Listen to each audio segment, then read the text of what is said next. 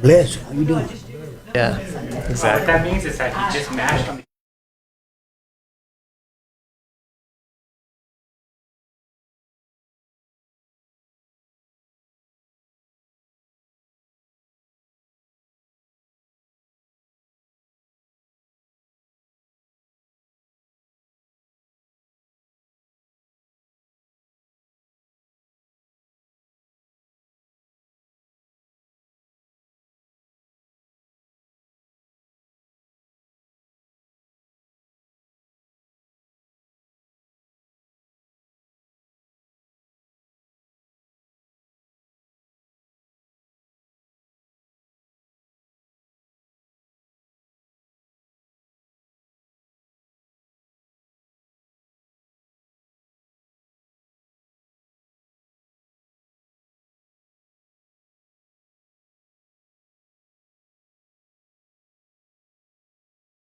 Record reflect it's about 4:03, and we'll start our work session tonight with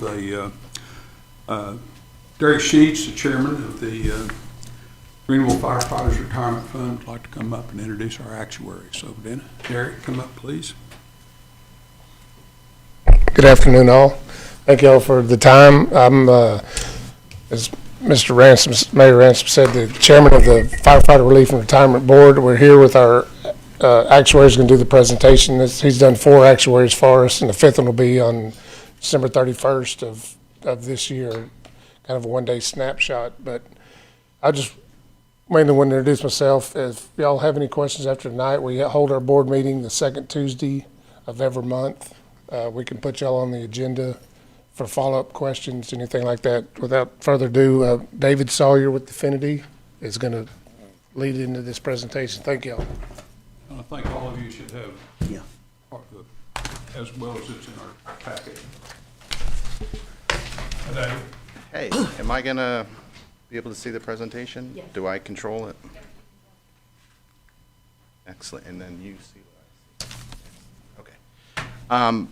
I've got a few slides here, but mainly I just wanted, before I talk about, anything in detail, just make sure that we all understand what this plan is. So this is what's called a defined benefit pension plan. So the firefighters, when they retire, they get a monthly check that lasts for the rest of their life. And so you may have heard there's different types of retirement programs, but this is the pretty common one for firefighters. So just think like Social Security. It's a monthly check for life. Now, the question is, when you have a plan like this, is how do you fund it? How do you determine the adequacy of the funding for this plan? Well, that's my role as an actuary. So basically, we create what's called an actuarial model, and we have information on all the members, how long they've worked there, their pay, etc. And then we make a number of assumptions about future pay they're going to earn, how long they're going to work for you all, when they're going to retire, how long they're going to live. And the output of that model is a projection of annual benefit payments for the next 80 years until the youngest firefighter would pass away. So that's basically what my role is. I am not in charge of the investment advice. My responsibility is more on the projecting the benefits that'll be paid. So once we have that, what we do, though, is we take all those benefit payments, and you can kind of pull out the investment returns that are going to be earned in the future, and you can kind of come up with an actuarial present value of the benefits. And so we're going to talk a little bit about that and this particular fund, how well it's funded. Any questions just in general about the type of plan this is? So again, just kind of think like Social Security. Okay, so I want to there's just a couple of terms that I kind of want to address because we're going to talk about a few numbers here. And the first one is called the actuarial accrued liability. So that's the number I told you about. We discount all those future benefit payments today. So that's a present value of the benefits that have been promised, that have been earned to date. The next number is called the actuarial value of assets. Just think of it as the assets for this purpose. So there's money that's in a trust that's earning investment returns that's going to be used to pay these benefits into the future. And so we look at that number and compare it to the actuarial accrued liability measure. And if you divide those two, you'll get what's called the funded ratio. So the funded status, the percent of the liability that you have funded already. And then if, instead of just dividing the two numbers, if you just subtract the two numbers, you get an unfunded liability. So those are the two things we're going to talk about, your funded ratio and the unfunded accrued liability that we have. Okay, and then one of the things that is important for assessing how well the plan is doing is we look just not only at the funded status, that's a picture of today, but we project out in the future and we go, okay, how long is it going to take to get to 100% funded? So that's the ideal goal, is that this plan is 100% funded of the accrued liability. So that's really the target that you want to hit. And we make a number of assumptions in this model, but the most important assumption that we assume is what are the assets that are in the trust going to earn? And we're currently assuming 7.25%. Okay. All right. I don't know if this will be easier. If you have the paper, it might be easier to see the numbers here rather than looking at the screen, because they get pretty small. So this is a summary just to give you a sense of this plan's actuarial measurements for the last several valuations. That's what we call it when we do this work that we do. We do it every other year. The last time we did it was the date of 12/31/2024. And again, these are the concepts that I just described before. AVA is the actuarial value of assets, so you had about $18.5 million. The accrued liability, the actuarial accrued liability, that's the present value of the benefits. It was like 41.8, almost $41.9 million. So if you subtract those two, you had $23.3 million of unfunded liability. Again, we really want that to be zero. And again, if you divide the two instead of subtract, you can see the funded status at that point was 44%. So that's one of the lowest percentages in the state of Texas for these Telfer funds. And it's been that way for a number of years. And you can look back, several cycles ago, and it was around 43%. So it hasn't really improved dramatically. And you could even go back even further, a decade or so, and it's kind of been around that area. So we just want to make sure that we educate you all. We're going to talk about this a little bit, and I really am open to any questions that you have. If we have a dialogue or conversation, I'd love that. But if not, I'll just kind of go through the presentation that I have, okay? So the next number, there's a thing there called the years to amortize the UAL. That's just a fancy way of saying how many years, if everything goes as expected, will it take to get from 44% funded to 100% funded. So that tells me that's a forward-looking estimate. And you can see it's just about 28 years, and that was the last time that we did this. And you can see the cycle before, it was about 35 years, and 36 the year before that. I think if we had gone back even further, it was close to like 80 years at one point. So while things have improved since then, the plan is still a long way from being in a position where we're 100% funded, which is ideally where you want to be. Okay, and you can see the last number there is, this is the total amount of money that's going into this plan every year. 37.6% of the firefighter payroll is going into this plan, and it still is not, it's still 44% funded. So that is a combination of contributions that come from the city and contributions that come from the members, but in total, that's how much money is going in. Okay? Can I ask a question? Yes, absolutely. It's dropping 5% every 2 years, basically. What's that? Dropping 7% every 2 years. Would it continue on that pace? What I'm not sure which number you're talking about. The UAAL went from 35 to 27.9%. So would it continue to drop like it has? Number you were just talking about, you said that it's improving, but it's not where it needs to be, obviously. Right. So if we're going from here looking forward, I'm just based on all the underlying assumptions. It is projected to improve every year, but what ends up happening is market returns and assumptions, everything doesn't go exactly as the model always predicts. And one of the things we've been struggling with is the fact that funds in general have been earning less returns than they were, say, 20 years ago. We used to assume, yeah, you were going to get 8%, 8.25%, and now because the expectations are lower at 7.25%, that's why this funded status has kind of been lingering. But it doesn't. What these results are actual results. So I don't know at the end of this year, I don't know for sure what the results are going to be. But the market has been doing really good the last year and a half. So hopefully the funded status is actually better than what we've seen recently. But it's going to still be in the 40% range. Okay. I just think if it can continue to drop at that percent every year, that'd be great. And Sure, I'll have more. Thanks. Sure, and so maybe this next graph will help a little bit with the visual understanding. So the first column here, think of this as 12/31/2024 when we last looked at it. If you look at the bar there, there's two colors there, but the sum of that's about $40 million. That's the actuarial accrued liability. That was the present value of those benefits. And the green line kind of represents the assets. So you can see, we know from the earlier page that it was about 44% funded. So you can see the green line is a little bit less than halfway up that those bar graph. So, but what this shows is if everything goes as expected, we keep remeasuring this plan every year in the future. 28 years into the future, the funded status will reach 100%. So I can just tell you these, we're pretty good guessers on what we do, but the models never go exactly as expected. So returns go up and down.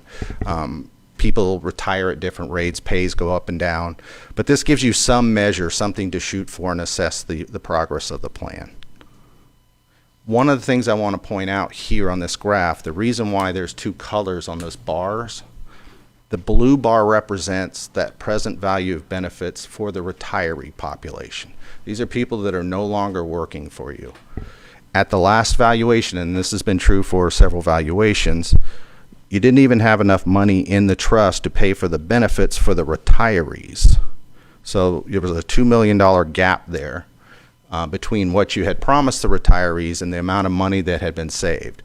Now, you should be well beyond that. In fact, you need to be paying for the benefits that are being accrued by the active members. So that's why we want, if we were 100% funded, that green line would be at the very top, and that would suggest that you're really on target for paying all the benefits that the members earn at the point that they retire. It should be fully funded, the benefit that you've promised to those individuals.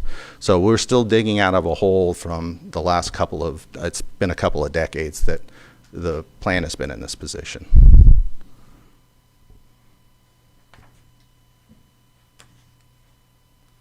Okay, so we can talk about the number of years it's projected to be fully funded. So it's about 28 years the last time we looked at this.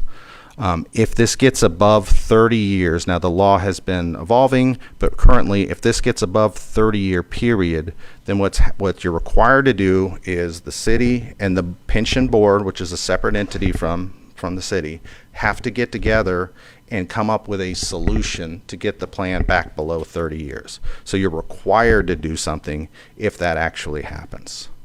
So we've avoided that for the last couple of cycles. And again, the assets have done pretty good for the last year and a half. Hopefully that holds off till the next valuation. But if that were to happen into the future, then you would actually have to do something, get together and do something.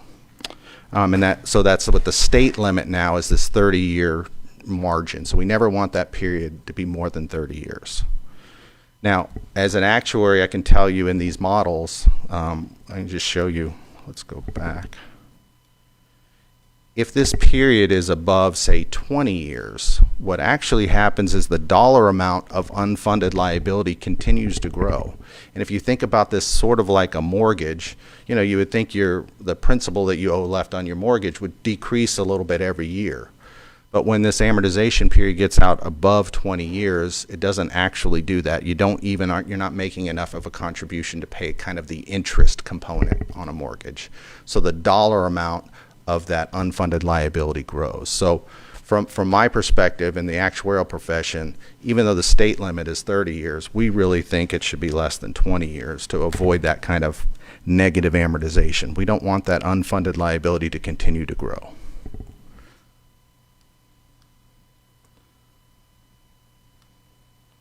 Okay, so we talked a little bit about the contributions that are going in here. So you've got 37.6% of the firefighter payroll goes in to fund this. The city is contributing 21.3% of payroll. So there's about 42 other of these Texas firefighter funds, and this is the 13th highest contribution rate. Now, you would expect it to be one of the highest, given that the fund is has one of the lower funded percentages, so that's not a surprise. I'm just sharing with you that that is one of the higher contribution rates. But then the members are also contributing 16.3% of their pay into this fund, so that's a pretty high requirement for the members to participate in this plan and get these benefits, and that's the 7th highest contribution rate that's currently being of the 42 plans. Okay, one new concept here is the benefits that an active firefighter are earning in aggregate equate to about 18% of payroll. So if you think, okay, I'm earning these benefits at about 18% of payroll, but I'm contributing as a firefighter 16.3%, they're paying for almost all of their benefit. So even though there's a lot of money going into it, most of the money that's going in is going to pay off that unfunded liability. And most of the benefits that are being earned prospectively are being paid by the members. So we really, this is in Texas, this is not super uncommon, but what we really want to see is a bigger gap. We want to see that 18% up here, and we want to really see the member contribution rates much lower than that 16%. So then it feels more like they're getting a real benefit from their employment rather than them funding their own benefits. Any questions? Do you know what the averages are on those numbers? City contributions, member contributions? You mean for the other ones, the other 42 funds? Yeah. I do. There's actually a survey. I don't know off the top of my head, but these are more of the higher ones. I can tell you the lowest one, the most well-funded plans are around 12%, most the member and city, but there's only like 2 of those plans in the state. Most of them are somewhere in this neighborhood.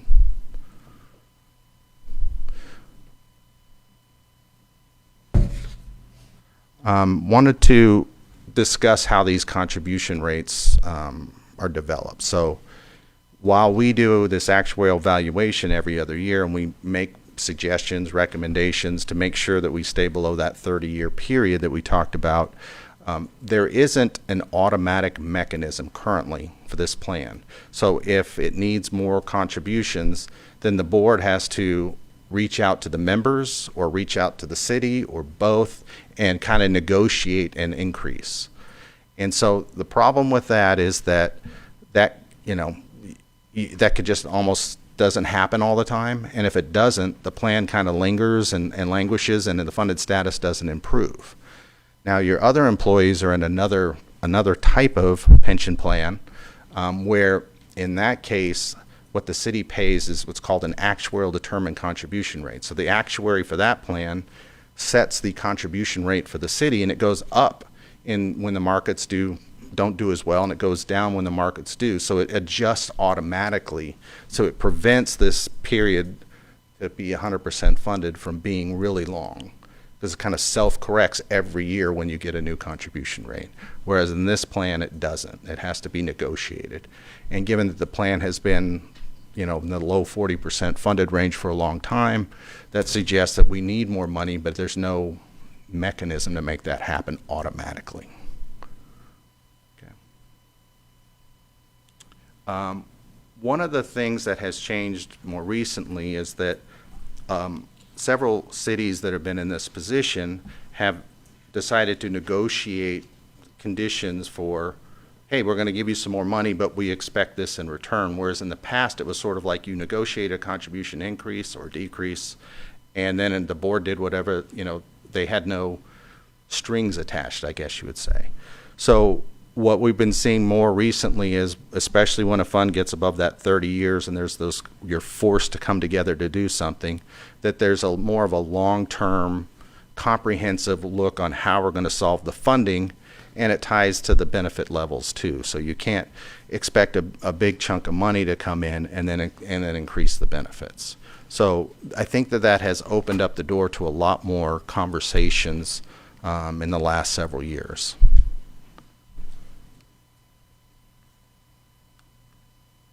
Okay, I think this is the last one. This last slide is kind of a budget study that we did earlier this year, where we said, hey, here's where the plan is today. And I know it's really hard to read if you're looking, hopefully you can see it on their paper, but they're different scenarios. And so some of the scenarios would just be a one-time contribution infusion of, $5 million or $10 million. These are just in there for magnitude purposes to show you how that would change the future of the plan. So let me just walk through one of these so that you can kind of see. So the simplest one is that option 1. So that's just no change in the contribution rate. It's the same 16.3% from the members and 21.3% from the city, but you threw $10 million in there at one time. Now, what that would do is, and I'm assuming that happened January 1, 2027, so what that would do was change the that period to when you would be 100% funded. Earlier it was 28 years. This would be, it would get it all the way down to 12 years. And what this also says is by the end of, basically, as soon as you put that money in, all of a sudden the plan has now jumped its funded status from 44% up above 65%. And the reason why 65% is a magical sort of threshold now is I was talking to you about that, the new rule, if you have an amortization period above 30 years, then the city and the board have to do something to solve it. Well, if your funded status is above 65%, then you get, it doesn't automatically happen with one valuation. It would take 2 valuations. So ideally, you want to get this plan funded above 65% as soon as possible. So that's why we looked at that particular strategy. So the other ones here are just different contribution amounts. So the next one is if you just only put $5 million in, and then the one after that is you put $5 million and you raise the city contribution rate up to 23.3% of payroll. So these are just kind of gives you kind of the magnitude of the different scenarios. And then the last one is interesting because what it does is it shows basically the contribution rate that you're making for your other employees into that other program. So there's a actuarial determined contribution rate and you're contributing to Social Security for them. So if you took that same amount and you put that amount into this plan, you could see in that last option that instead of 28 years, you'd be down at about 20 years, which again is where I talked to you earlier. To me, from an actuarial's perspective, 20-year period is kind of where we kind of feel like is the outlier, even though the state says 30 years. So that would get this plan back on track with trying to get this funded status up quicker than if we did nothing.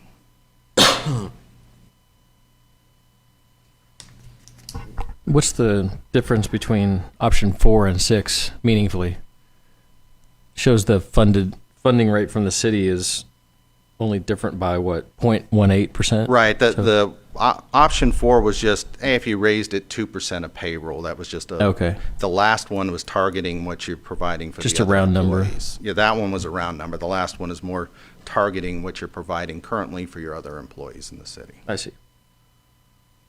So it's kind of a, it's that way you, now that the one with the you're tying to what's called the TMRS, that's the other pension plan. That rate goes up and down every year, so this number could fluctuate, but just gives you a sense for, hey, even just doing what you're doing for the other employees as a percentage of payroll, that would really make this plan turn around pretty quickly.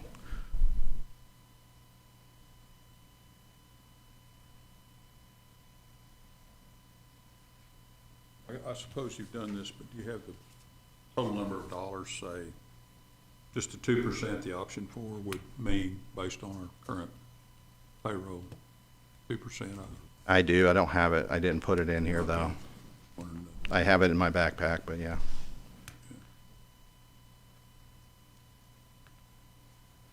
I don't know if anybody else knows what the payroll was.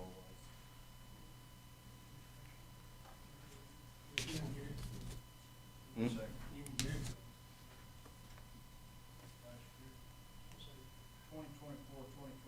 was 8.97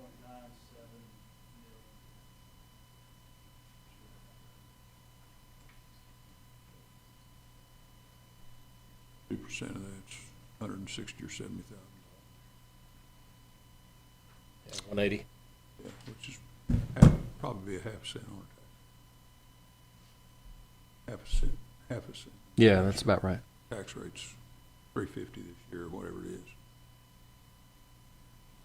So, small change, it may seem like a small change, but then in the model, then every year we're anticipating that goes in. And so that's again why this thing can turn around pretty quickly with small additional contributions like that. Now, the only reason personally, I mean, it's just, I don't have any control over this, but if I had to choose between raising that contribution rate or putting a lump sum in, the reason I would prefer a lump sum was just to boost the funded status sooner.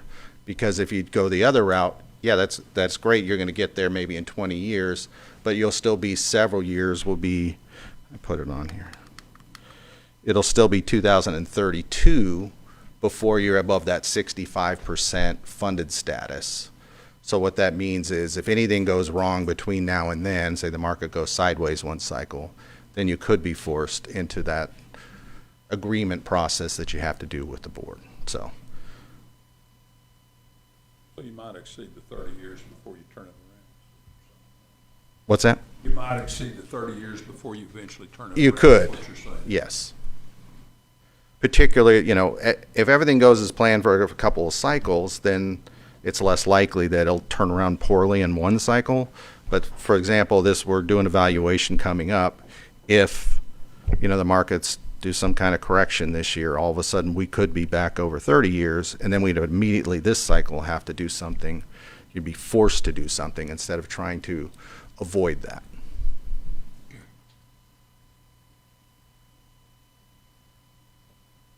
Any questions?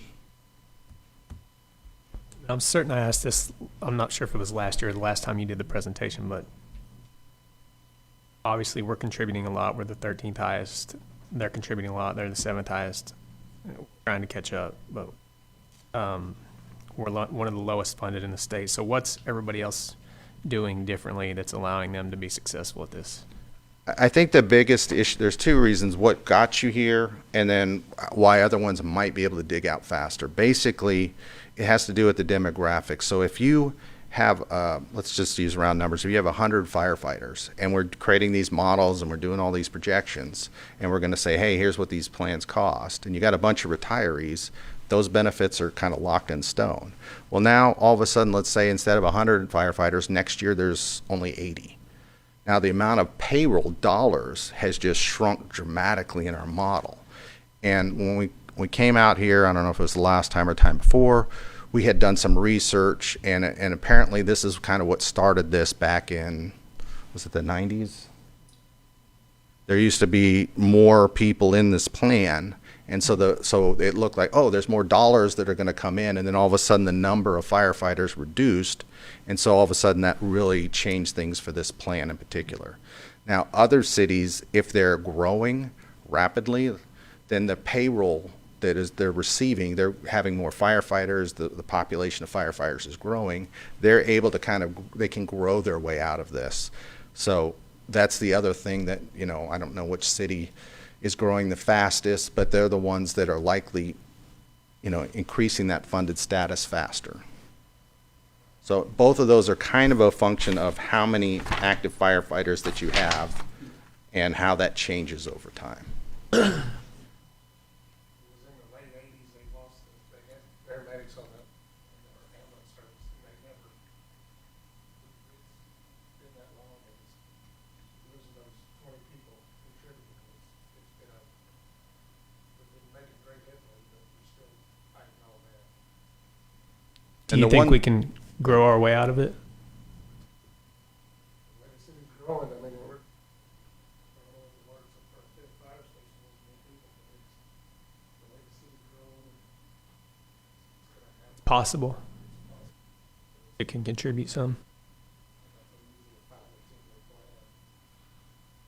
Yeah, and when you grow, again, when you grow your way out of it, it's like an additional payroll contribution increase. It doesn't immediately improve things. It takes several years before things kind of turn around. Well, and we got to this point 5 years ago because we kicked the can down the road for some 2 decades, right? Yeah. And there's one other thing that pretty much everybody is dealing with is the two main assumptions in the model. Everybody's living longer. That makes these plans more expensive. And then two, again, back in the 90s, everybody thought, oh, we're going to make 8.5% on all these assets, and now we're down to assuming 7.25%. So that also makes these more expensive. That has applied to every plan. Any more questions? Derek, you want to say anything? You got anything else you want to I add? just want to appreciate y'all for your time. Yeah, thank you. Okay. Thank you, David. Okay, just leave Thank this you for here. being here today. All right, thank you for having me. I appreciate it. Thank you all for coming. Appreciate it. Okay, next item on the workshop agenda is Human Resources, Health Insurance, Texas Municipal Retirement System, UI. Thank you for being here today.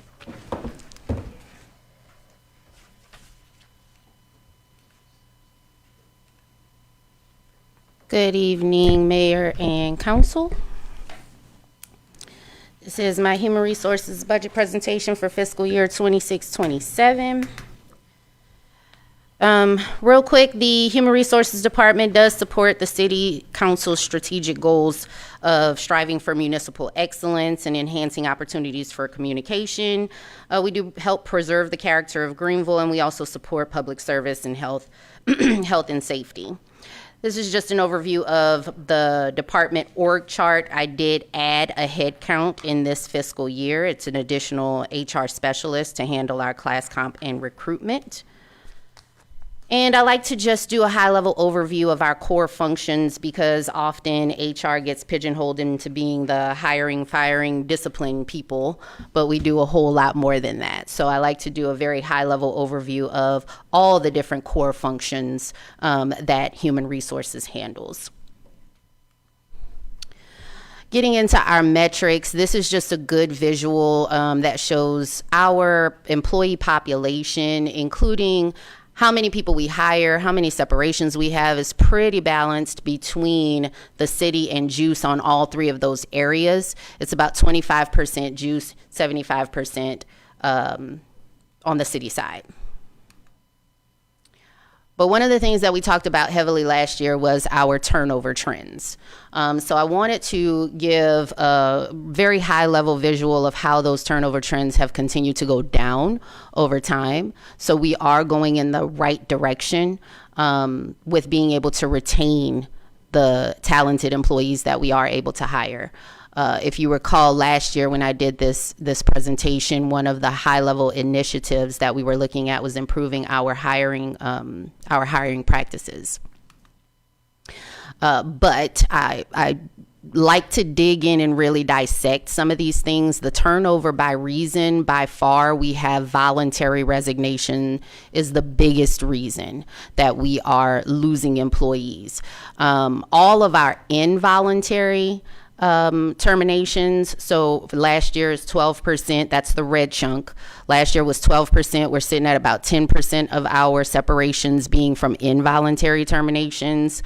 All of those are happening with employees that have been with us less than 5 years. So 41% of those in their probationary period were terminated within that probationary period. Now, the last time I stood before you, that number was 58%. So we are improving with our hiring practices, where we are hiring people who are better fits for the role so that that number continues to go down. We want to continue to see that number go down over time. But I also want you to look at that green chunk. We are seeing more retirements. And that number will continue to go up. We'll look at how many people we have eligible for retirement across our active populations here shortly. Is that an absolute increase in retirements? No, that's percentage. No, I know this chart is percentage, but there's also a decrease in turnover. So 16% of the 8% is less than, right? So That's I'm correct. curious what the absolute number yeah. is. I don't have those numbers in front of me. Right, okay. When we look at those voluntary resignations, the overwhelming majority is within the first 5 years. So that's your blue and your red. All of those are 1 to 5 year voluntary resignations. The rest of it is people that have been here longer than 5 years. So I'll reiterate the same statement that I made last year. If we can keep our employees for at least that 5 year mark, we are more likely to keep them for the long haul. We resumed doing exit interviews in this last year. That was something that had been done before I got here. We resumed doing that last year so we can get better insights into why we may be losing those voluntary resignations. The number one reason was career advancement. That is something that I brought up in our last meeting when we talked about budget last year. The importance of succession planning, the importance of career pathing, and that continues to be a focus for the Human Resources Department. Two other areas that kind of aligned were work-life balance and work environment and culture. Unfortunately, the people who marked those did not give me any additional comments on those exit interviews. So that's such a broad term that I can't really narrow down where we really need to focus. But with the advent of stay interviews, we may be able to get a little more insight on what keeps people here for the long haul. When we dig into our generational demographics, and I did separate this by city and juice, but you can see that they're very similar. Gen X and baby boomers are on our way out, and millennials and Gen Z are the overwhelming majority of our active employee population. That really speaks to the importance of the succession planning, leadership development, making sure we have the career pathing, and for those specific generations, that work-life balance is going to be huge. So if we are able to offer more intangible benefits like the ability to work from home occasionally, or a hybrid work week, a flexible work week, those are some things that we do want to explore as additional benefits to attract those individuals. When we talk about our retirement eligible population, just as a reminder, we have TMRS. The qualifications to retire are going to be 60 years of age and 5 years of service, or at any age with 20 years of service. We currently have 101 employees that are eligible to retire. That means 101 of the 492 employees that we currently have could walk in tomorrow and say, I want to retire. So that's 20% of our population. But over the next 5 years, there is an additional 61 employees that could also retire. That is a overwhelming amount of institutional knowledge that could potentially walk out the door. So we do have a focused effort on knowledge retention, documenting processes, and again, it goes back to the leadership development, the succession planning, everything ties back to the initiatives that we're already focused on. A few of the recruiting and retention initiatives that were started in this last year, I'd like to just give an update on. We have started with the digital recruiting. We've completed that initiative.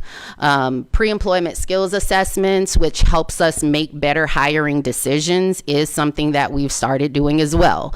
That is working extremely well with being able to assess someone's true ability to perform the role and not just those that interview well.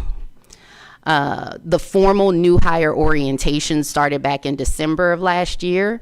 That is going extremely well. We do that once a month. We have a very structured schedule that if you have made an offer by a specific time, we know exactly what date that orientation that new hire can participate in. Everyone's getting the same information from the same source at the same time. So everyone is getting very consistent information. One of the big highlights of our new hire orientation is our city scavenger hunt. That's something that the Human Resources Department collaborated very closely with our community engagement team on.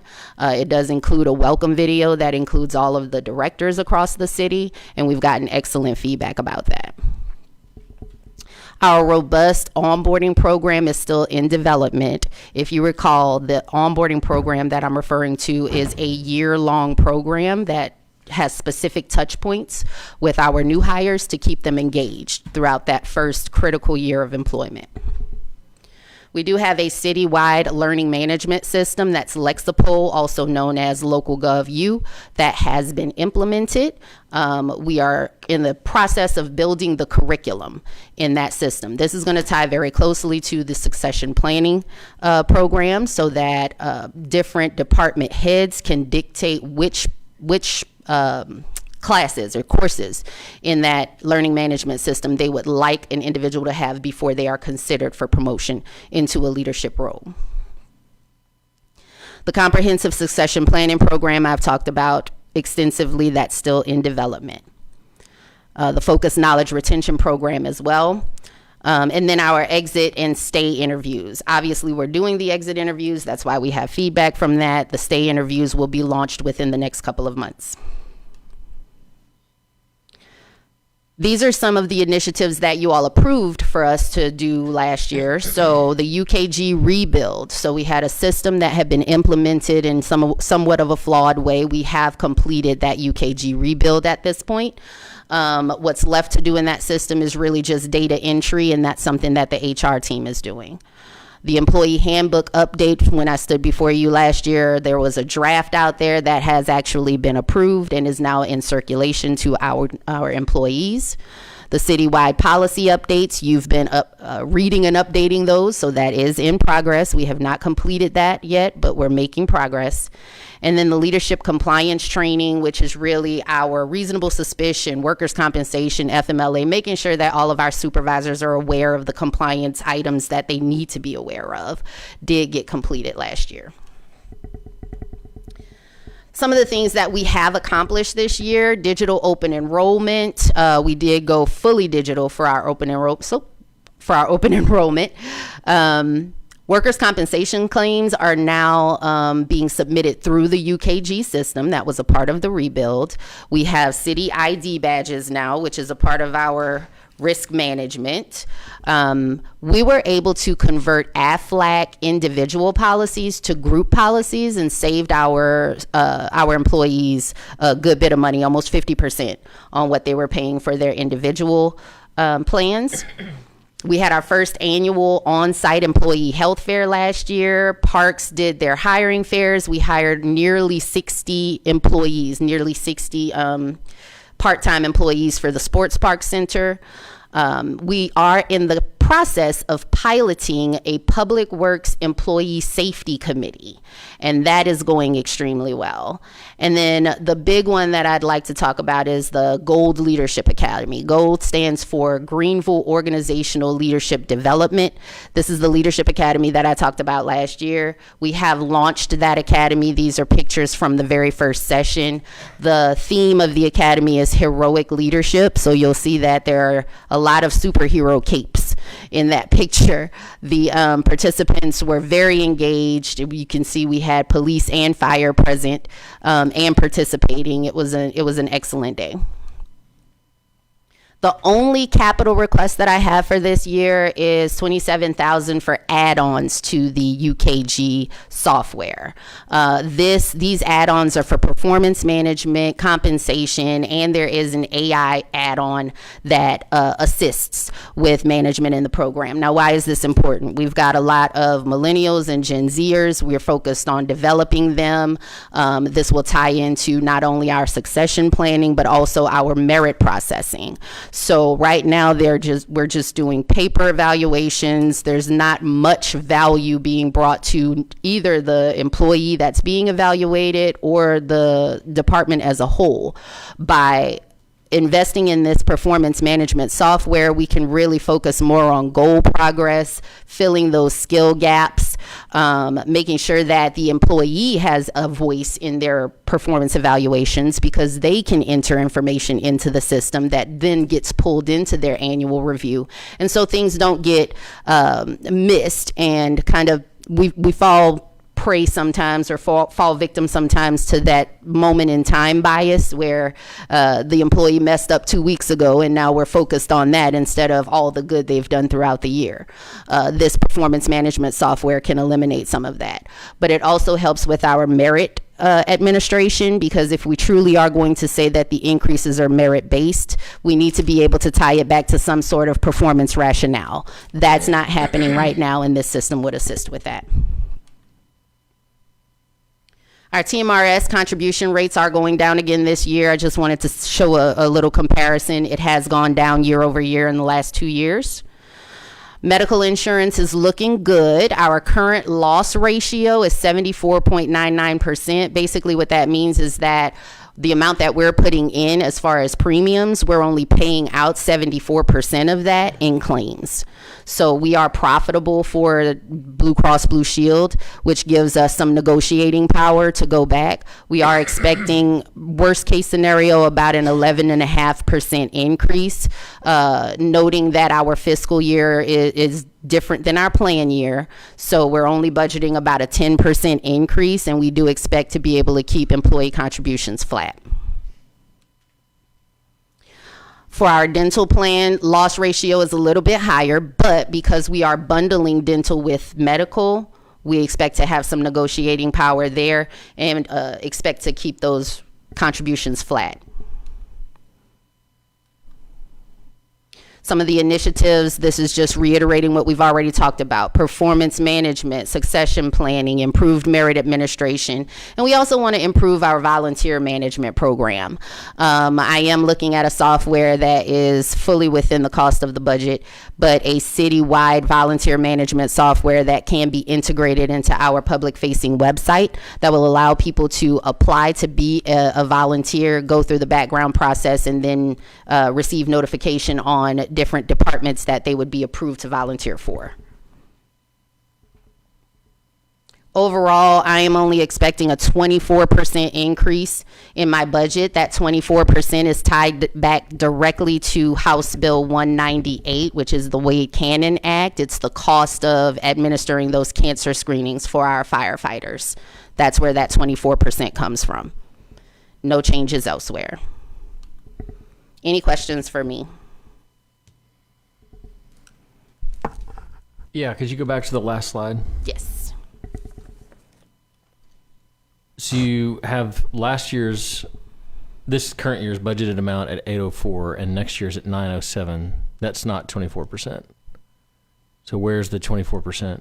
That's a great question for Mr. Petty. Okay. So the big increase is actually a full year of her staffing. So last year she only had half a year of a HR generalist, or is that her title? We had So it was a 9 half months. a year, or We 9 had 9 months. months. So this fiscal year 27 will be a full year, Okay. plus an anticipated merit increase is built in there. Okay. Why isn't that reflected in the budgeted amount? I will have to take a look at that because I can see that some of those cut off, Yeah. but I will get you Okay. updated. Okay. I had two other questions, if that's okay. So earlier on, you had the chart showing the decreasing turnover. Do you have that by department? Do you know? I can certainly get it for you. I'd be interested. Yeah. You can just Absolutely. email that to me later. Yeah. Or all of us, I guess. And then you mentioned the Public Works Safety Committee. What is that? Excellent question as well. So after the Public Works organizational review, it was determined that safety was a very big concern for the employees in that department. I recommended that the director put together a voluntary group of individuals that represented every division within Public Works. We meet once a month with that committee, and that committee focuses on influence, not authority. So they are discussing as representatives for their coworkers what their concerns are.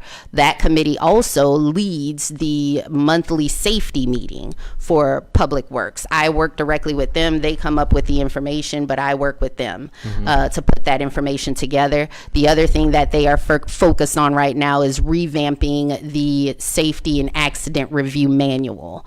Again, influence, not authority. They're making recommendations, and then those recommendations go to the director and the leadership in the department to determine whether or not they want to implement any of those ideas. So when you say we meet with them, do you mean you and the city manager, department head? No, And you- myself and the risk specialist Okay. in human resources. Okay. Does that department or each of those departments have designated safety officers? The only department that I am aware of is Public Works right now, and that was just launched with this safety committee. I know in the private sector, we have safety officers that answer outside of the department in order to be able to enforce their safety procedures. Is that something we're looking at moving towards? We are working on building out our risk management program, and that is a part of it. Now, have we come up with what that game plan is going to look like just yet? No, we have not. We do know that it's needed. Excellent, thank you. Thank you. Okay, any other questions? That was an excellent presentation. Thank you very much. Thank you, Mayor. Very good. Okay, next up, Administrative Services and Finance. Ben? Good afternoon, Mayor and Council. I will, and just to update, I will get the updated numbers after this. All right, so starting off for overview of the Administrative Services and Finance umbrella, I oversee 4 major departments, really 5 with fleet and facilities. That is 8 direct reports and 35 total staff members there, with a variety of different organizational pieces going into that. With that, with a little snapshot of our progress for FY26, the highest rated one for myself is restoring some of the GFOA financial reporting and budgeting requirements that had lapsed over the last few years. As a finance professional, it's something that people look for. It shows transparency, accountability, and it really is a measurement of my peers looking at our documentation, making sure it's readable for an average user so they can make the decisions as a citizen themselves. So part of that strengthened financial controls. Some of these were noted on our ACFRs the last few years, or our audited statements. We have slowly built and to work and reconcile some of those weaknesses that have occurred over the last couple years, and we are on a right track so far. One of the other pieces that is another highlight for this year is the Senate Bill 1851. That is basically stating that our audit needed to be done by March 31st of every year, and that's an ongoing yearly annual occurrence. This year we got it in right before it was the 31st fell on a weekend. We got it on the Friday, which was great. What that states is that if we did not comply with that, we were not going to be able to raise our tax rate if that possibility needed to happen above the no new tax rate. So that does have long-standing repercussions, and from what I understand from some peer cities is that the AG has already reached out to them and has notified them that they cannot exceed their no new tax rate. So they are looking at it. The other piece that's going on with finance, we collaborate with a variety of different departments as well through IT, the JUICE side. We are also implementing Encode, and we're moving that to the cloud, not only for a variety, not only for ease of the program, but also for the security of the overall financials, the ERP system, the municipal court system that went down, as well as community development, permitting, everything that goes into that as well. The other piece that I oversee is IT. With IT, they really had 3 major facilities going on this year, and they're still getting those up to opening status, really. So we've opened Reese Davis, the fire admin has opened up, as well as the sports park that is opening up in about a month and a half. So that team did a phenomenal job getting everything up and running, really getting all the infrastructure ready to go for the citizens here for Greenville. The other piece of this for IT is the modernization and the foresight of the cybersecurity practices and policies that we have. A couple council meetings ago, y'all approved some cybersecurity backup and redundancy mechanisms for us, and we are utilizing those tools today, and they're working really at a phenomenal rate right now. Courts is a very self-sufficient entity They kind of do their own thing out there. They did have some staff transition this year. They were gone, they were without a full staff for about a quarter of the year. They are fully staffed now, and you'll see a parallel to that in some of the court cases that are going on and that increase in workload there on that side. Fleet and facilities, those two kind of go hand in hand. We do have a superintendent over both of those. On the fleet side, we did bring in the asphalt paver that was approved, the sweeper that is going to be on the upcoming budget meeting, or upcoming council meeting, as well as our enterprise fleet. That this will be the first year coming up that we'll have a full cycle of leased vehicles coming up and going through the full process as opposed to purchasing them outright. So we will see a good return on some of these vehicles, and that revenue will come in and will kind of offset the expense on the fleet. On the facility side, there is some citywide projects going on, as well as the city manager's conference room that y'all meet in as well, the city hall maintenance and refresh pieces that we repainted some of the entryways, doing some of the other pieces that are going on throughout the city, as well as the HVAC updates that were approved for this fiscal year, and an upcoming HVAC system improvement for next year as well. This is also going along with the fire alarm project that has been going on for about a year as well. So we'll start off with municipal courts. This is the overall structure for municipal courts. I oversee the court administrator, and she has 5 staff underneath her. And then we'll really see the active traffic cases that are going on. It's already exceeded a full fiscal year. So we're at 1476, and in last year alone, it was only 901. So those active cases are trickling up quite a bit, and the court proceedings are going really back to back every week. So they're doing pretty well over there. The non-traffic traffic related cases, those active cases have actually doubled as well. So those are increasing, and we plan on continuing to see that increase as well. There's a combination of things going along with that: full staff police, full staff municipal court. So those are all playing into those numbers as well. Overall, relatively flat. The only increase was really basically the merit increase that we proposed for each of these departments. That is the biggest increase here, and relatively everything else is flat here for municipal courts. So for the finance org chart, I oversee 5 or 6 folks in there as well. 2 finance analysts, a purchasing tech, purchasing agent and accounting tech, accounting and finance specialist, as well as a finance coordinator. She splits role between finance and central services. You'll see kind of the split in between that as well.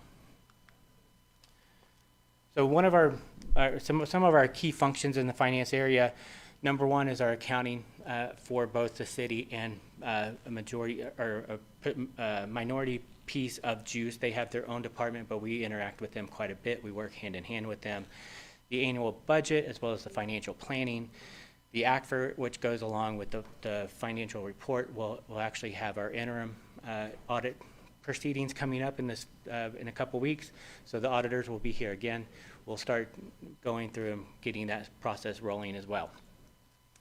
The other major pieces, purchase and P card management, that we have several folks with the P card. So we have about half our staff with the P card.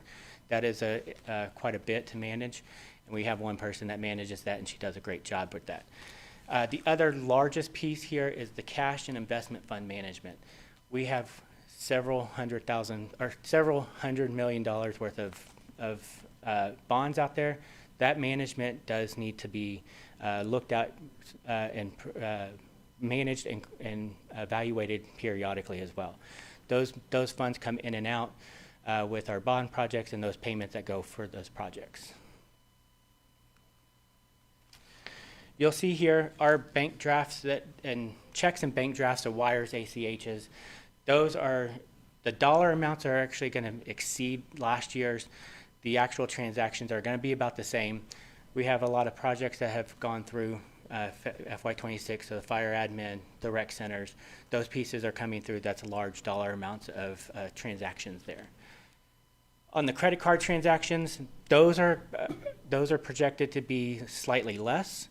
One of the resulting factors of Paymentus with Juice, we believe that more people are taking advantage of that payment system as opposed to going through and paying with their credit card. It's tracked a little bit differently. The other piece of our finance and accounting operations is the actual journal lines that we create. We're going to exceed 100,000 journals this year. That's far beyond FY25, and we're almost already there now. That's a result of a growing city and some more complex accounting entries that need to be happening. That's a result of the bond kind of coming to fruition, those projects coming in and out, and some other more complex maneuvering of the accounting.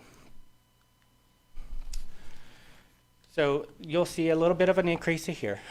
Part of the increase here is what I discussed a little bit a couple council meetings ago, transitioning this department into a little bit more well-operated facility or organization where we have a little bit higher quality staff coming in.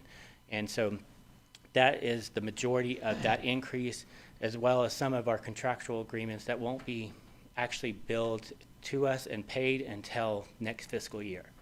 So that's kind of a little bit of a run over from this fiscal year into next year. So this is one of the largest areas of my purview. So Fleet and Facilities has 17 staff members there. So it's a in and out of some of these folks. So the fleet, there's only 5 folks in Fleet. They manage all of our fleet as well as some of the Juice's fleet. So they do keep busy. There is a gray area of when we're going to have to request another staff member for fleet as we grow. However, I believe that we'll be in a good standing for FY27. On the facility side, there's 17 staff members there, or FTEs there, and we should be well situated for 27 there as well. We have 2 vacancies, one on each side right now, and we'll have those coming on before the end of the fiscal year. So we should be fully staffed for FY27. You'll see here relatively low increase in the facilities budget. Some of this is just an increase in the repairs and maintenance for our facilities. As our buildings age, some of the larger type items are failing at this point. So HVAC, the roofing, those items will be coming up for consideration for this budget year. So those are kind of really excelling some of those expenses for the repairs and maintenance side. So on the facility side, we do maintain the 23 buildings. Our civic center is also staffed. Those events are trending a little bit below FY25. That could be a variety of things coming on. The economic conditions, people are not paying for renting, the large rooms, or and then just having it at their house. So there's a couple of different variations there.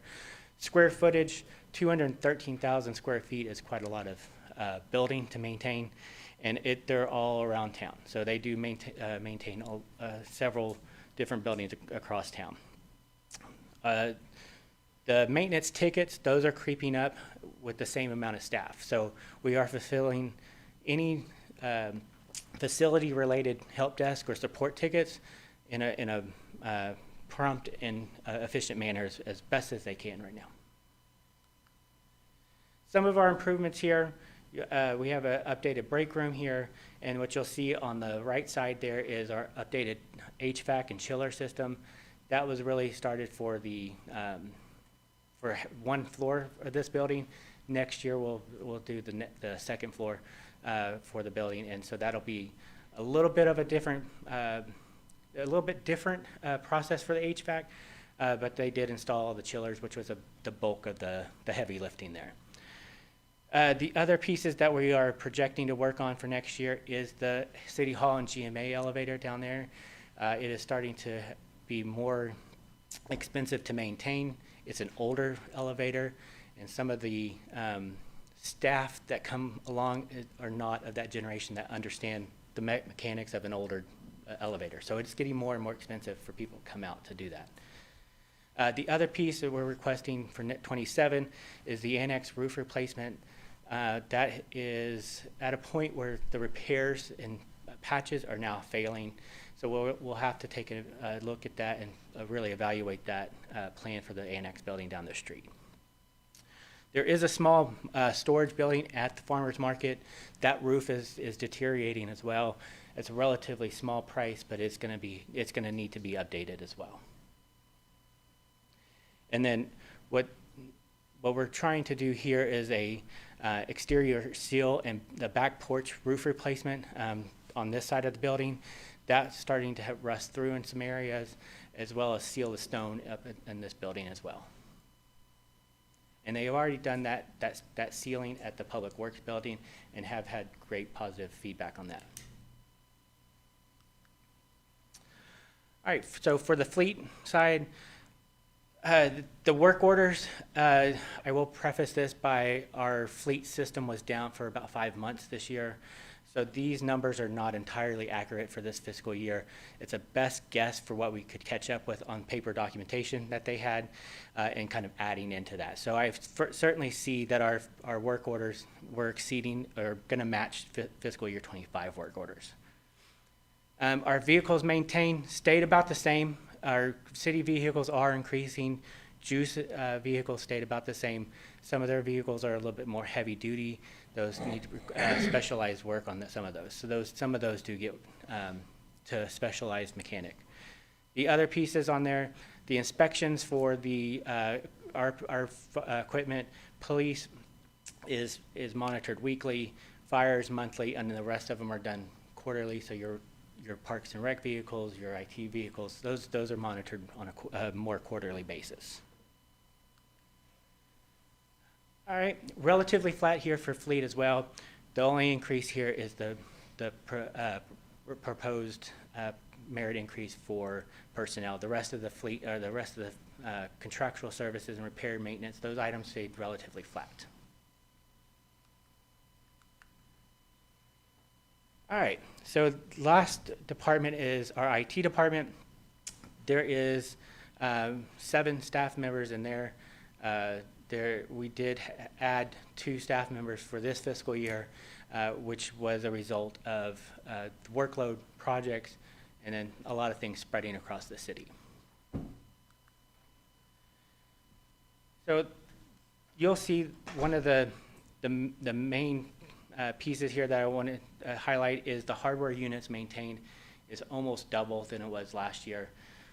That's a result of PD vehicles have about 3 or 4 pieces of equipment in there, between tablets, printers, computers. There's a lot of things that go into a PD vehicle, as well as Public Works tablets, phones that they maintain. There's a lot that they maintain on the hardware side.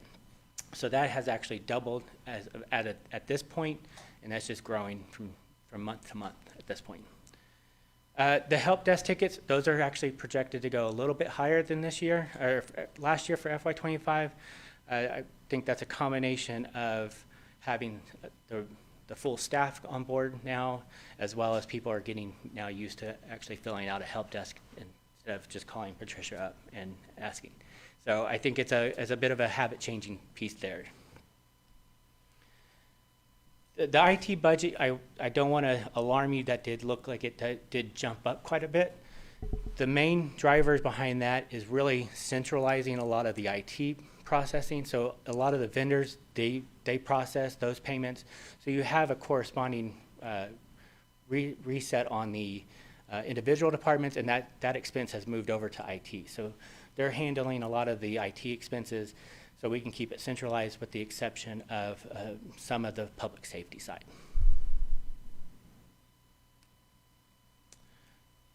So the request for 2027, municipal courts did not have any personnel or capital improvement requests. In the finance side, there is a request for an assistant director of finance position there. That did not increase headcount. That process has already been going through as we've discussed in the past. So that revamping of that department is well on its way. So the head count won't go away. We're looking at about a net difference of about $75,000 on that. On the fleet side, we're looking at adding some relatively heavy machinery that is 20, 25, 30 years old. We do have an asphalt patch truck, an asphalt steel roller, a Gradall excavator, and some tar trailer and a couple of dump trucks that we're looking at. Those are heavy machinery, and those are quite expensive.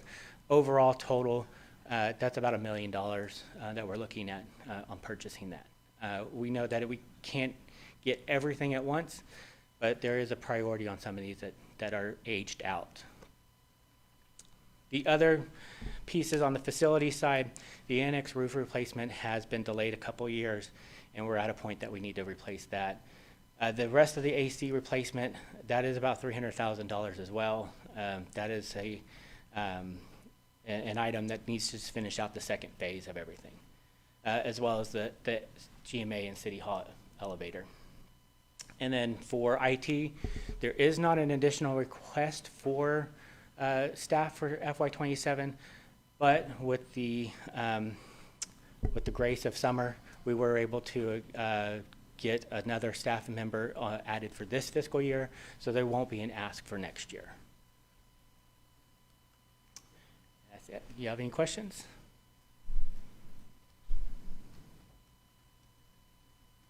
Seems I'm sorry. Go ahead. It seems warm in here to me tonight. Is this because we need to work on the first air conditioner? Did you turn the thermostat up so we would? Oh, I'm always warm, Councilman Davis. So, I mean, I have a little bit extra cushion and some insulation here, so I'm always warm, so I never say anything. But I can work on that for you. I can certainly check on that. Thank you.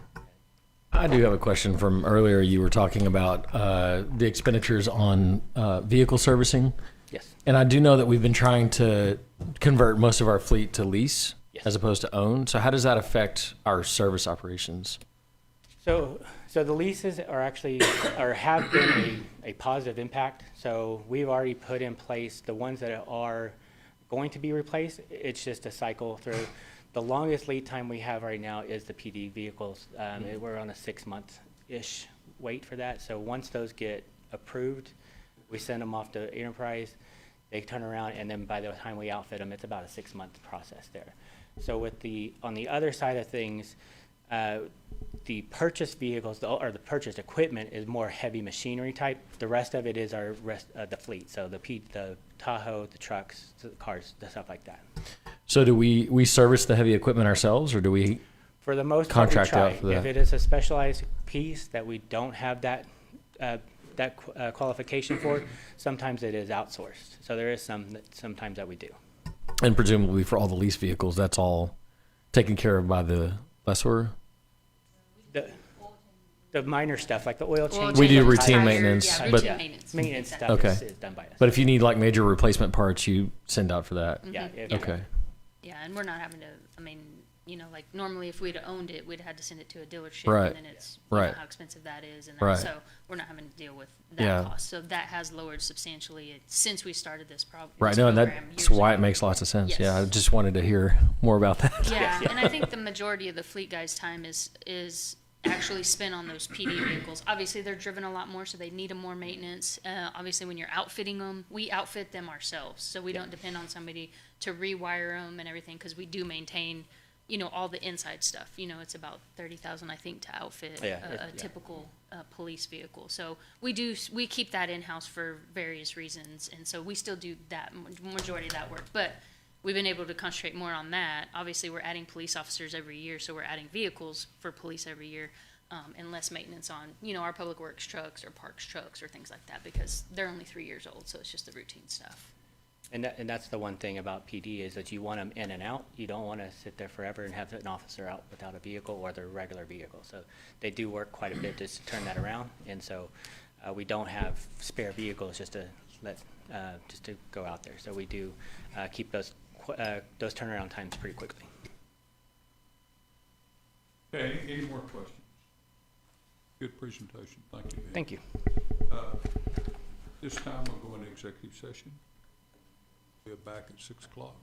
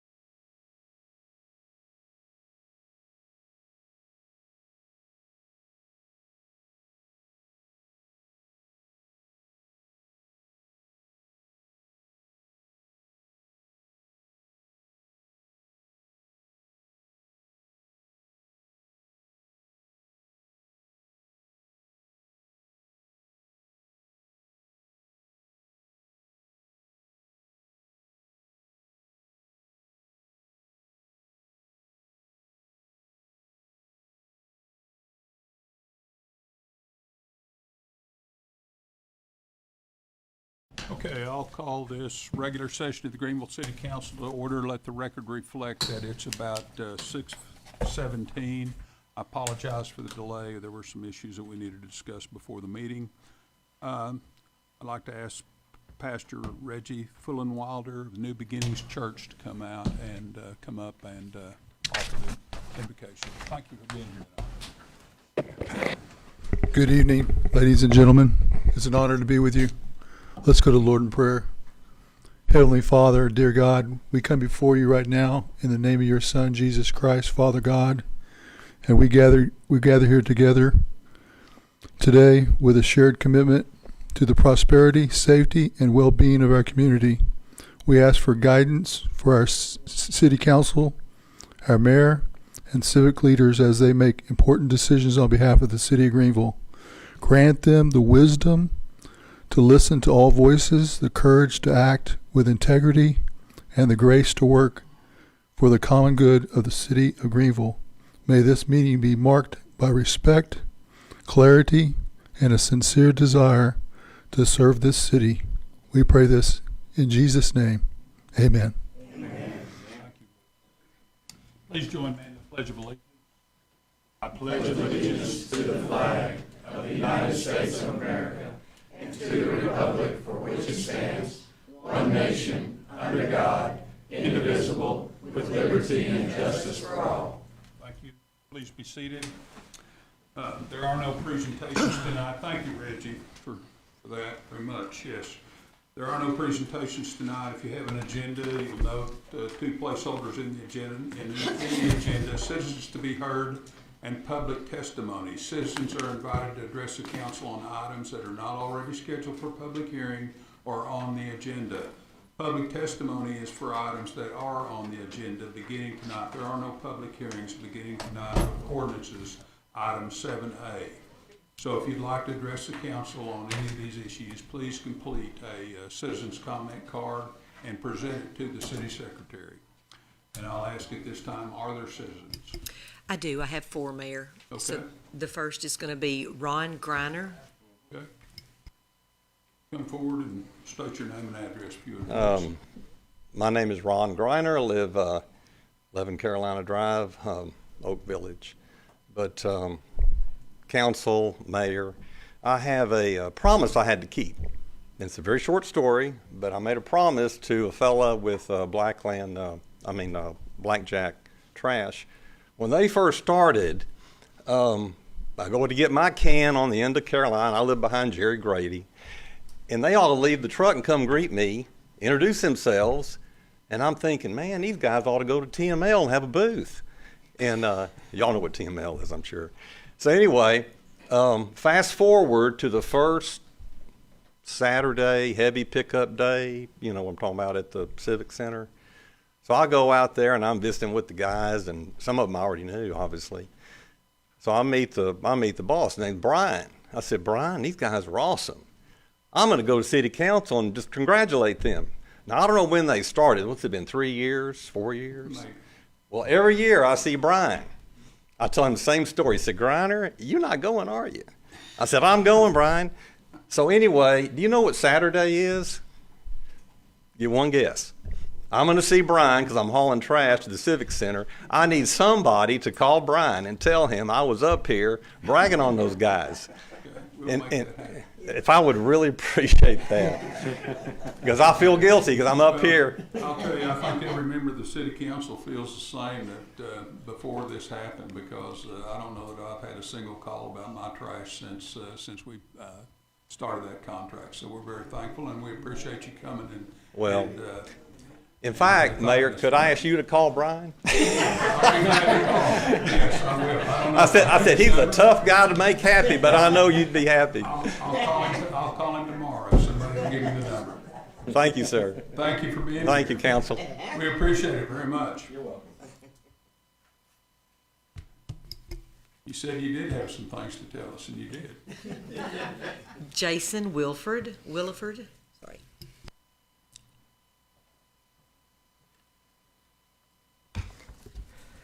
Good evening, Mayor and council members. My name is Jason Williford with Mountain Cascade of Texas.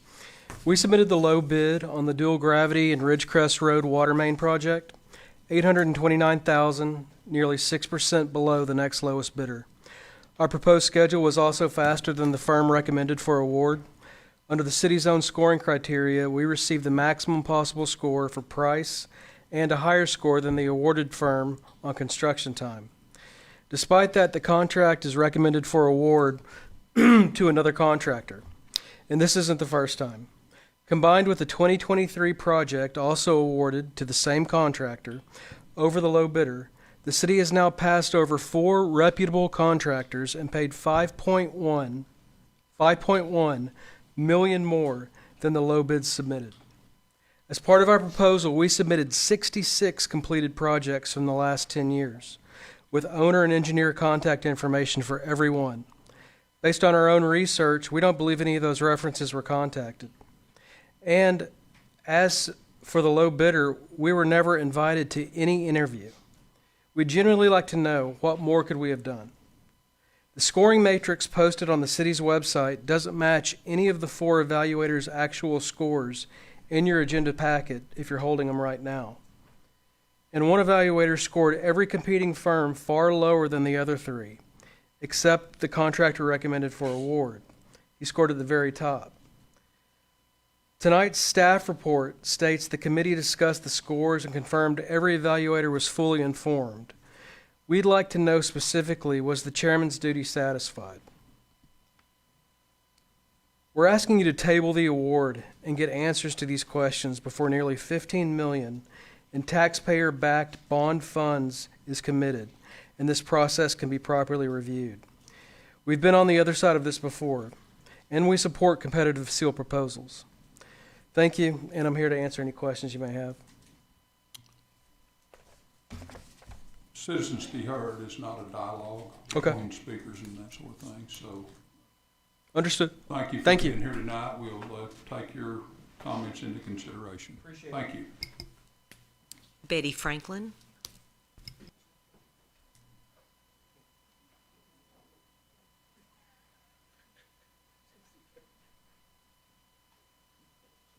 Good evening, Betty Franklin, 1811 King Street.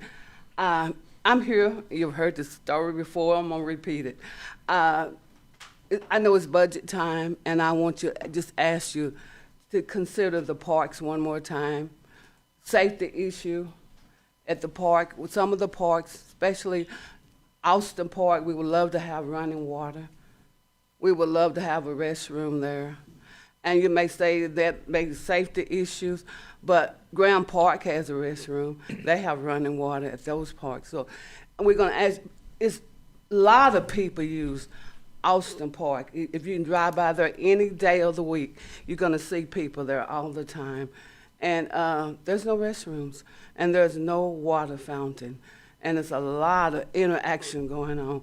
And I'm just asking for safety concern. And there's other parks, you know, I'm not mentioning the other parks. Parks are well kept, and I appreciate that, what the park people are doing, but please consider improvements to the parks during the budget time. Thank you. Thank you, Betty. And Lee Pierce.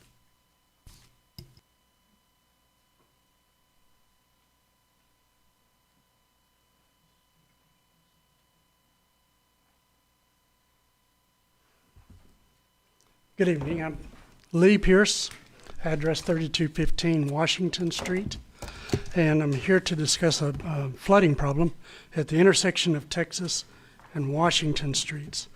And the map shows roughly what's going on there. And so just refer to that drawing, and I apologize for the roughness of it. But Washington Street and Texas Street are inclined toward the center of the intersection. This also means that Lee Street is inclined toward the west and at the intersection of Lee Street and Texas Street during heavy rains, and the water will flow from Lee into Texas. There's a floodplain designated in a field just west of the 3 homes on the south side of Washington Street at that intersection. This field, I've been told, belongs to the church across the street. This was not noted on the abstract of the house Miss Craig bought, and she lives in the second house on the south side. And most of the curbs in this area have been leveled with the street. And this was done when the street was paved. If the street had been properly repaired in the past, they would have been removed the last layer of the street at a minimum and then paved. This would have left the curbs at a proper height to help direct the flow of water. That means that there are no actual curbs left on the street in this section. Ms. Craig did talk to one city employee, and she asked about the curbs, if they could be raised higher. The answer she got was, the city isn't going to do that. There are 7 flood drains in this one intersection. And there's an additional 4 double drains located a block to the west on Washington Street. So it's obviously a flood problem that the city is very aware of. Now, the problem is all of the drains are clogged with debris, dirt, and other things, and so they don't drain, except for one of the double drains on Washington Street, which I observed a city crew. They were digging it out shortly after I had called the city about the flooding. And so they did clean out that one drain out of the 11 drains that are there. And so that doesn't help. Miss Lynn Craig, and that's who I'm up here representing, and her husband, live in the middle house of the 3 on the south side of the intersection. She has called the city numerous times trying to get help with the flooding. They never received any responses or calls or visits from anyone in the city. They have tried numerous things to prevent the flooding, including building a concrete dam across the entrance to the garage. None of their efforts have prevented the water from coming in. The house on the west side of Miss Craig's house is a rental house, and that house has had flooding numerous occasions, and the renters usually move out after it floods. But the owners have had to pull flooring and walls and a lot of things out of the house and repair it several times. And a mutual neighbor had contacted me about the issue, asking if I could help. And I agreed to talk to Miss Craig and see what I could do. And I contacted her, and we met at her house. She showed me a lot of pictures, videos of the flooding, and it was quite obvious there was a problem. And after talking with Miss Craig, I contacted the mayor, and he recommended that I contact the city council representative, and I did talk to Mr. Kenneth about this issue. And he said that he would get in touch with, somebody in the street department. And I told him when he did to please contact me. I wanted to be there. However, I wasn't contacted, and Mr. Freeman did meet with manager, supervisor, or whomever it was, and he got back in touch with me, and the response was the city wasn't going to do anything. Lee, Yes. Can you wrap it up? I mean, we allocated 3 minutes. I think you're into close to your 4th minute. I'll give you time to finish. Well, my last one is, I contacted you about this after all of the discussion. And so I need to ask the city to please reconsider this, because this is an obvious city problem that needs to be addressed. The sooner the better. Thank you. Thank you very much. Thank you. Sorry to cut you short. No problem. Thank you. Okay, that's all. Okay, thank you for those comments. And next item on the agenda, there are no public hearings, as I mentioned. The next item on the agenda is an ordinance 7A. Consider an action on an ordinance authorizing a contract for the installation of approximately 37,000 linear feet of fusible, 36 fusible PVC pipe for the dual raw water gravity main, and approximately 6,500 linear feet of 24-inch fusible pipe for the Ridgecrest Road transmission main replacement. Summer? Yes, thank you, Mayor. If you guys will remember, council back in 2021 started pre-purchasing pipe for some of these larger diameters between 36 and 21. We talked about doing all transmission lines, raw water lines in that fusible area. So back when Ridgecrest, if you'll remember, was originally on the 2024 bond. That project was a smaller project. It's about 6,000 linear feet. We bid it out once. Bids came in way over our budget, so we kind of looked at other options for that project. And so when we came down and you guys approved the dual gravity line to purchase that in December of 25, So we have the pipe. I don't know if you guys have driven around town, but that pipe is all over town already because we pre-purchased that at a good price. So now we need to put together a bid to install that. So since we had the 36-inch line, dual line that we needed to connect the water, the north treatment plant to the south water treatment plant, we said, how about we try to bundle that or include that with the Ridgecrest? Maybe we'll get a better pricing in that area. And so we did do that. We put that project out to bid. There was several different bidders. Exactly, I think there was five bidders. And so we ended up, as a scoring committee, we scored that, 4 different scores, scored that. You guys can see that in your packet, that you scored there. And then that committee decided that it was best that we go with and award that to MH Civil at a price of $15,053,560. And they were the second lowest bidder on that project. We just felt like we had experience with them. They have experience with this size of pipe in several different areas, not just here with us, but in several different areas in Texas. And so we just felt like that would be the best value for the citizens. We do have Lee Halenchuk, who was the engineer on that project, on both of those projects that we were on, and he was also a part of that committee with me as well. If you guys have any additional questions, we'd be happy to answer them. Are there additional questions? Any questions? If not, I'll just ask, is there public testimony tonight? No. Okay, so does anyone like to speak in favor of this issue? I'll just ask that. Open the public testimony. There's anyone, I think, had previously spoken against this project. Anyone else? Okay, I'll close the public testimony. What is the pleasure of the council regarding this item 7A?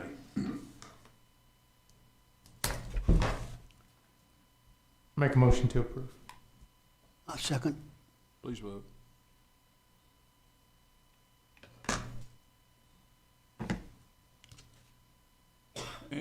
And I believe it passed unanimously. Yes, it did. Thank you.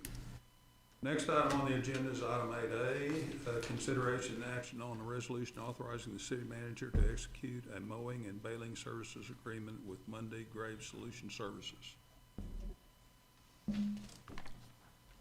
Yes, Mayor, Council, good evening. So this is referencing the property, 3 parcels of property that we have. One parcel is Jones Park down on the north end of town, and then there's Wesley Street divides it, and then there's a smaller parcel. Okay, yeah, they're pulling up the pictures of it. Oh, I can't. There we go. No.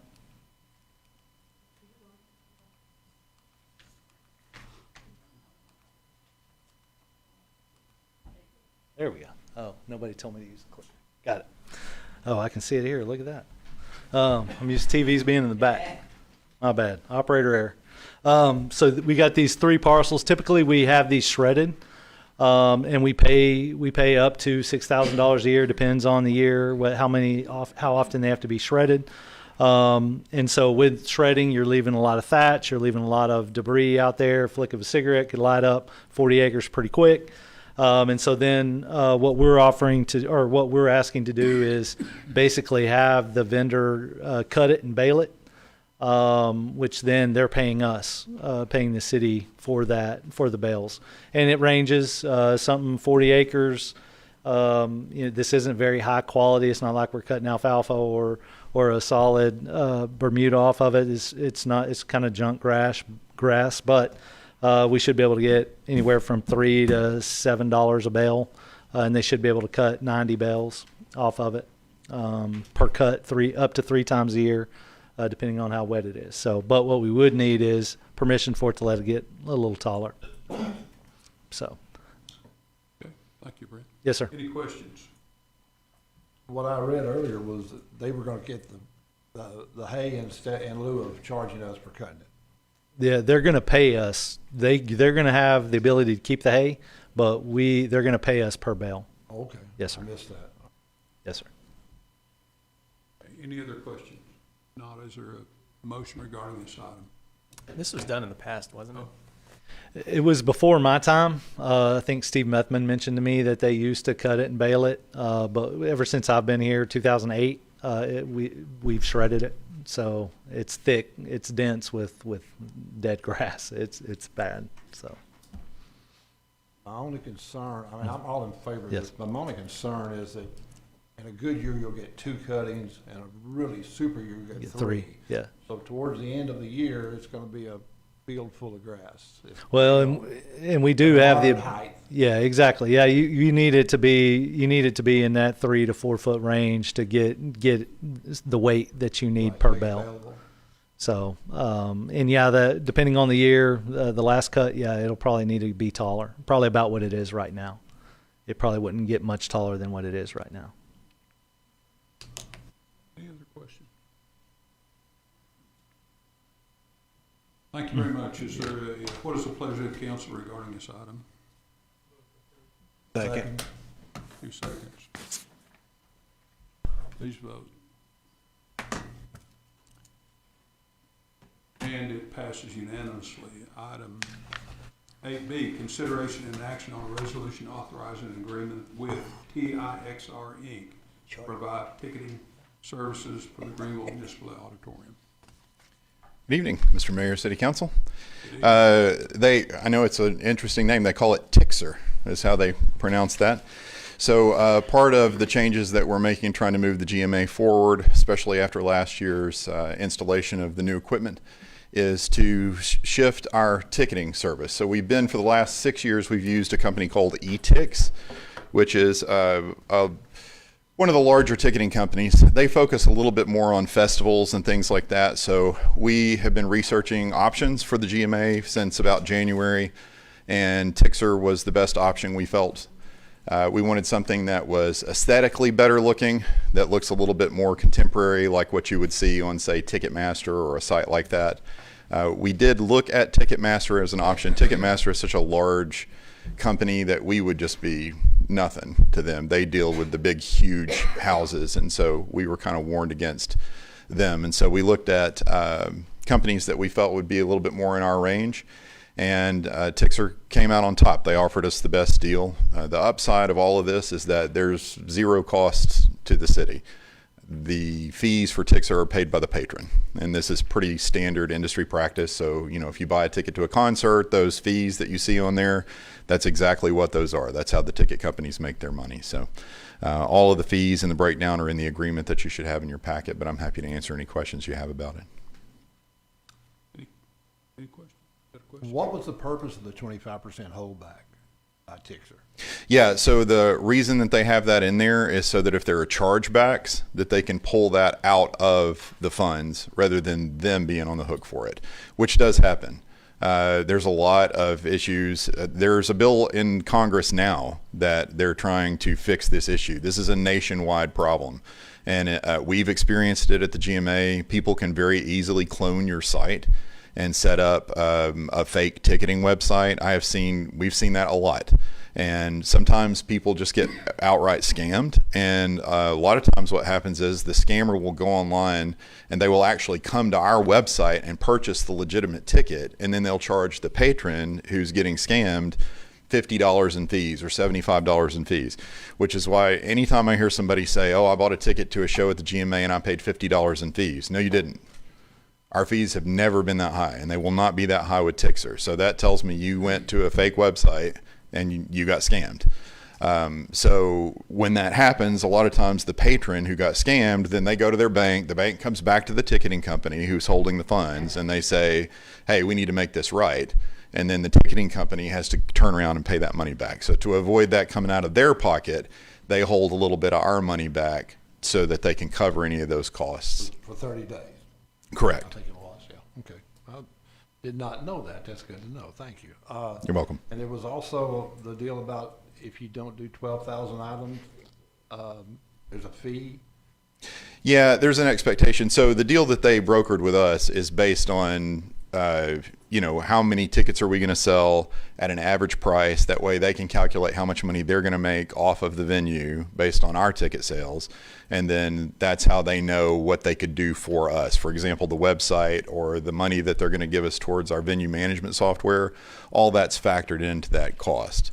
So that's the 12,000 and the 470, like we've already passed that this year since October 1. So I had no idea you sold 12,000 tickets a year, over 12,000. yeah, that actually we're under where we normally should be since the industry's flattened. So we should be kicking back up into the 18 to 20,000 range hopefully next year. So yeah, you're welcome.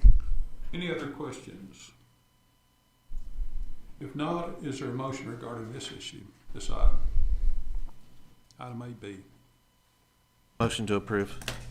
Second. Please vote.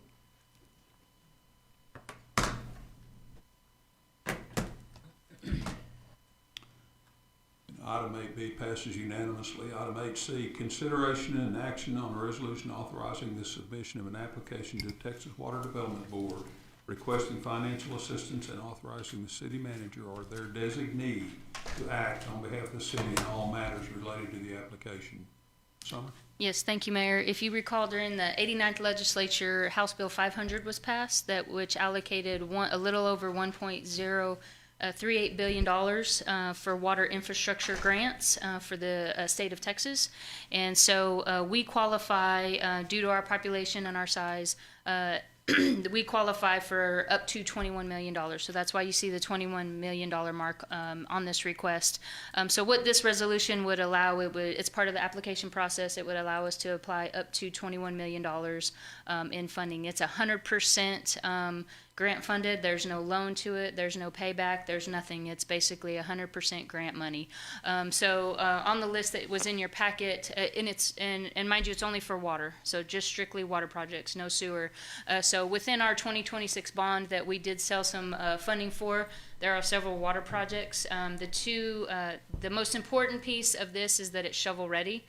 So it doesn't need design work. It doesn't need environmental. It doesn't need easement purchases, property purchases, things like that. So those will score you a little bit higher. And so we've identified on our list that we currently have the East Loop transmission, which we've already done phase 1. So we've identified phase 2 through 7.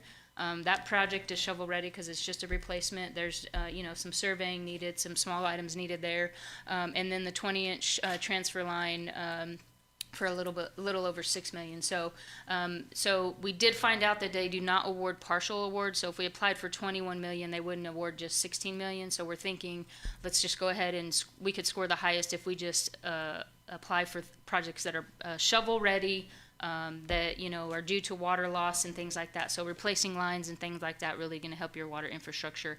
Those are the projects that are going to score the highest. So we really feel like that would be the best use of this application. So we're just asking for this resolution to be approved so that we can move forward in that process. Applications are due July 31st. So we're working with a consultant to help us get it's about a 3-page checklist of the application process, and this is just part of that checklist. So we get this done, we check it off, and then we can get our application done by July 31st. Any question?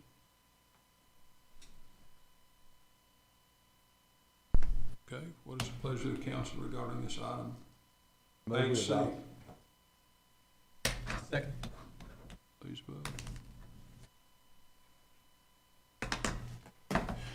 And item 8C passes unanimously. Item 8D, consideration and action on a resolution approving a multi-use agreement with the Texas Department of Transportation to install 190-foot flagpole and Texas flag located at the northwestern intersection of I-30 and Wesley Street, Highway 34, and authorize the city manager to execute the MUA.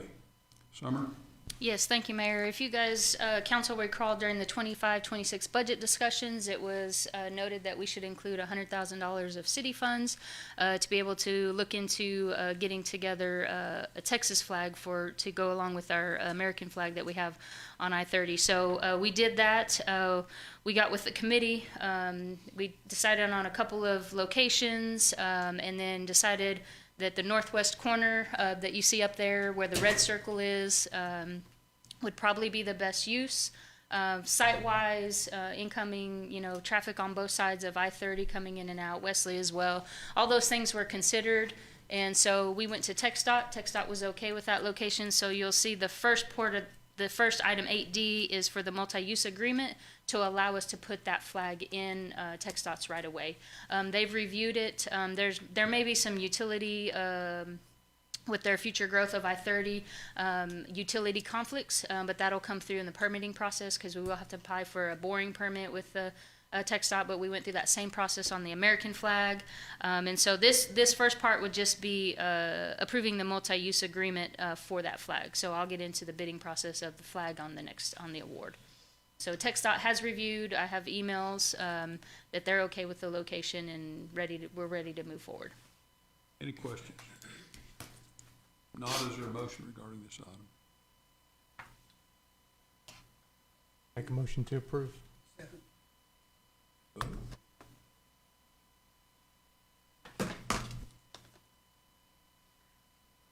And it passes unanimously. Item 8E, consideration and action on a resolution approving a contract with U.S. Flag and Flagpole Supply to install a 190-foot flagpole and Texas flag located at the northwestern intersection of I-30 and Wesley Street, Highway 34, Summer. Yes, Mayor. So the original RFP was advertised in the Herald Banner May 9th of 26 and May 16th of 2026, and we received 0 bids in that process, in the competitive bid process. So we went back to the original installer that installed our American flag, and they have given us a bid, and that's what you see in your packet as well as up there.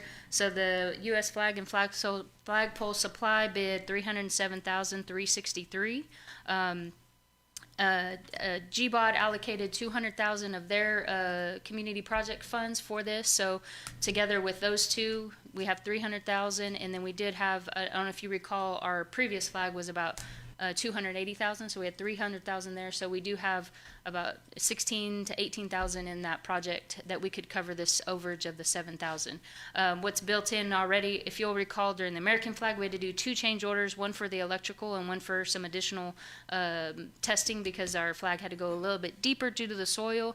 We factor that in already so there should not be any change orders. I'm not going to tell you there's not going to be any change orders because you never know once you get down that far into the soil around here, but we've already factored in the electrical as well as that testing as well. So I think we're covered on most of what we should. So we should not have any change orders, but we do have the $7,000 covered with the previous project as well. We just put that into a project fund. So this would just be awarding that U.S. Flag and Flagpole Supply.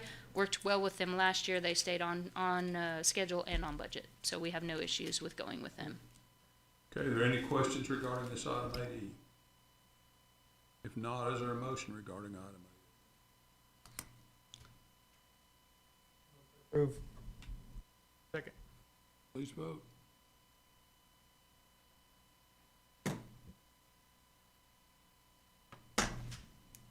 And that item passes 6-1. Item 8F, consideration and action on a resolution approving a street lighting service agreement with Encore LLC. Yes, Mayor. Due to additional legal review by our utility council, we'll need to postpone this till the 28th, if that's okay. Okay. And I'd like to ask the city secretary to read the consent calendar since it's lengthy tonight. Okay. City Council meeting minutes from June 23rd. A resolution appointing a member to serve on the Texas Municipal Power Association Board of Directors. Do you want to discuss that or just go Yes, through it? and Okay. I believe that the name that we'll recommend is Sue Harding, who has served for many, many years on the TMPA board, and she's also currently chairman of the Juice Board. And a resolution appointing or reappointing members to the Airport Advisory Board. Yes, and there were 3 members whose terms expired this past time.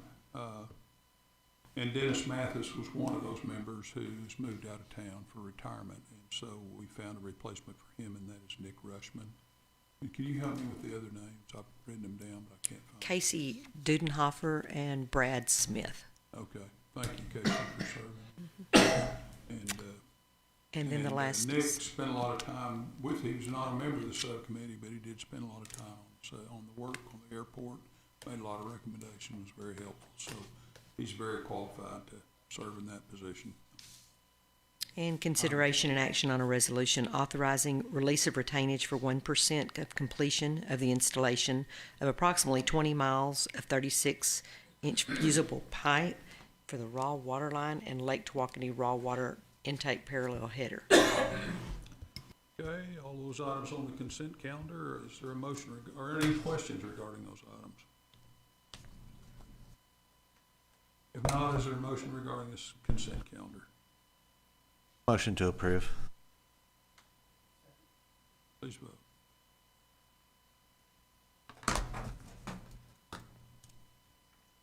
And the consent calendar passes unanimously. Now, at this time, we'll have a presentation from Wildcatter Development Group regarding plans for their development. You introduce yourself. Sure, most people know you. Jack Turnage, 1431 Greenway Drive, Irving, Texas. I'm with Wildcatter Realty Partners. I'm here tonight to give a brief presentation.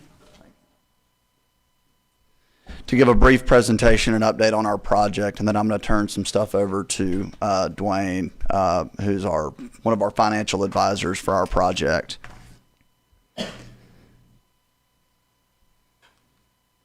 The first thing I want to jump into is just kind of the sheer growth that the Greenbelt has seen over the last 2 years.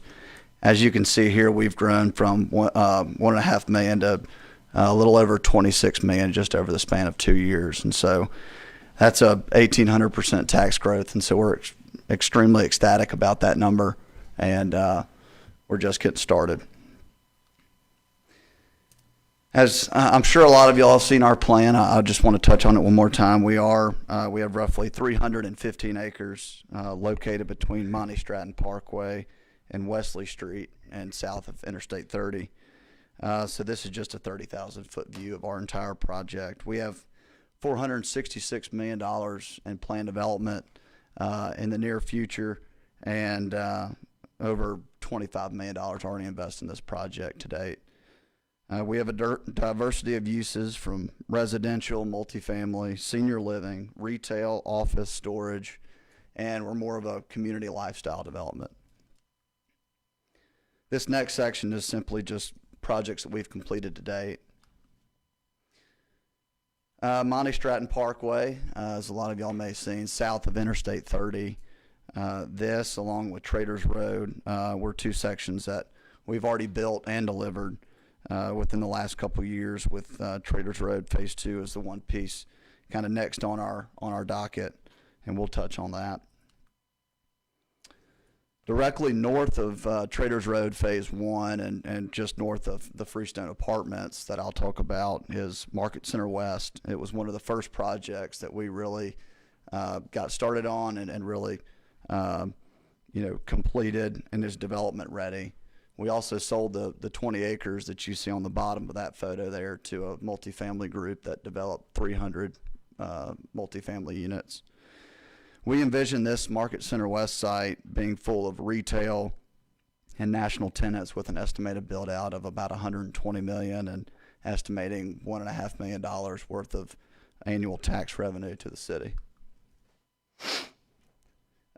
One development that we helped facilitate was the Tractor Supply. It's just north of another project that I'll talk about here in a minute, but we facilitated the land sale, and it's shown to be a great project for the city and even our development, and it seems to always be full. But it's a great national retailer, new tax base, new jobs, and so we love having it at the forefront of our development. Heritage Commons, this is one of our projects that's currently under construction off Wesley Street, directly south of Tractor Supply. And its total project cost sits a little over $13 million with a little over $3 million already deployed. We estimate nearly $200,000 of annual tax revenue to the city for this project. We're 70% leased, and with the first buildings coming by the end of the year. We're actually having to, the soil there as well, which just mentioned with the flagpole, we've seen that here as well. Our disc golf park, of course, this is a public recreation amenity, currently, funded right now by Wildcatter, and we funded it to date. And the park will sit directly south of Traders Road Phase 2, and we're really anxious to start and finish Traders Road Phase 2 so we can finish up the disc golf park as well and give the public immediate access. Again, one of the first land sales was the Freestone Apartments. We helped, and it's now the largest single addition to our tax base here at the Greenbelt. It's a large part of the $26.5 million number that you saw earlier. The number that you saw on page 2, at that time, Freestone was sitting at about $15 million on the CAD. So just from that time period in 2025, they've already seen a 10% increase in CAD value as well. We did complete some hike and bike trails on the north and south side of Traders Road and on the east side of Monty Stratton. So those are on the east side of Monty Stratton Parkway and the north side of Traders Road Phase 2. That's a 10-foot sidewalk, and then we've got an additional 5-foot sidewalk that sits on the south side of Traders Road. Some future projects that I'm sure some of you guys have heard about already, but one that we're really excited about is Thrive at the Greenbelt. We've partnered with a major senior living developer and operator out of Atlanta, Georgia, to help us build this $55 million project. It will consist of independent living, assisted living, and memory care, and ground break targeted for Q4 of 2026. This development is the first of its kind in the city of Greenville as this age in place community. Directly to the right of Thrive and kind of nestled between Thrive and Heritage Commons is Heritage Professional Center. This is a 48,000 square foot, $16.5 million medical professional project with rezoning approved just a few months ago. It will bring healthcare, dental, legal, and financial services into this corridor, which could be a daily need for its nearby residences in the rest of the city of Greenville. A 215 lot development just south of Thrive and southwest of Heritage Commons. This development here would be 55 and up, active adult community. It'll feature everything you might find in a planned development, such as, a crew that comes out and cuts your grass, once a month, a concierge service maybe that delivers your mail, and it's got a clubhouse and a pool and maybe a coffee shop and bistro. And we have this valued at about $70 million now once at full build out.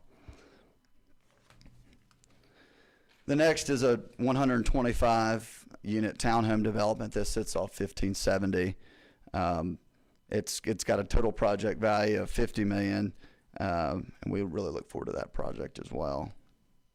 The 100 lot development sits right next to this previous 125 unit townhome development.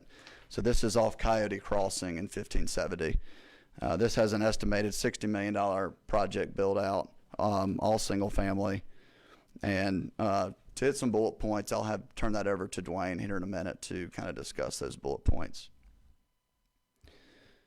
Another thoroughfare that we're working on is Spine Road East. So we're kind of jumping back northern from where we just were. And so directly behind Tractor Supply and kind of connecting this entire development here would be Spine Road East. It will be a huge impact, and it'll help relieve Wesley Street's congestion and open up access for everything around it. Not only will it connect the active adult community, Heritage Commons, Heritage Professional Center, and Thrive Senior Living, it'll also help Wesley Street drivers kind of use it as a cut through and get onto Traders Road to get west towards Monty Stratton. Traders Road Phase 2, it will connect Traders Road Phase 1 and Monty Stratton to Wesley Street. It'll also eventually to the brand new high school and middle school that's up on Monty Stratton. And it's already on the city's thoroughfare plan, and we hope to expedite our conversations in moving it forward. It unlocks future retail growth on its corridor, and it also brings more hike and bike trails to the area, similar to the ones you are already find on phase 1 of Traders Road. Back to I-30, Market Center East, we recently completed this project of getting it development ready. So this will be eventually home to a $20 million retail and restaurant development with estimates over $350,000 in annual tax, sales tax generated for the city. Along Traders Road, we have Traders Road Storage, and these next two projects that I'll talk about are somewhat on pause for the time being. They are located on that corridor of Traders Road Phase 2, but they're still exciting to talk about. But the first is this Traders Road self-storage. So it's got tenant office space in the front, as well as 80,000 square feet of self-storage space in the back. Mustang Crossing, this is one of Wildcatter's most recent purchase. It's about a 7-acre tract, but we've got some office pen for there. It sits directly behind the Cracker Barrel, and we also see it as a potential for maybe some hospitality development. The rest of the hike and bike trails that will kind of come through our development will stem from the new disc golf park parking lot and bathroom area, go around the floodplain, come through the disc golf park, around Thrive Senior Living, and then through that 215 lot development that I talked about earlier. Lastly, I'll hit on the development timeline of these future projects. As you'll see, a lot of the future projects, our anticipated start is Q4 of 2026. And so, we hope to start by the end of the year with several directly tied to the extension of Traders Road Phase 2. So at this time, I'll turn it over to Dwayne, and he can jump into these next slides. But in the meantime, are there any questions for myself? Okay. Thank you.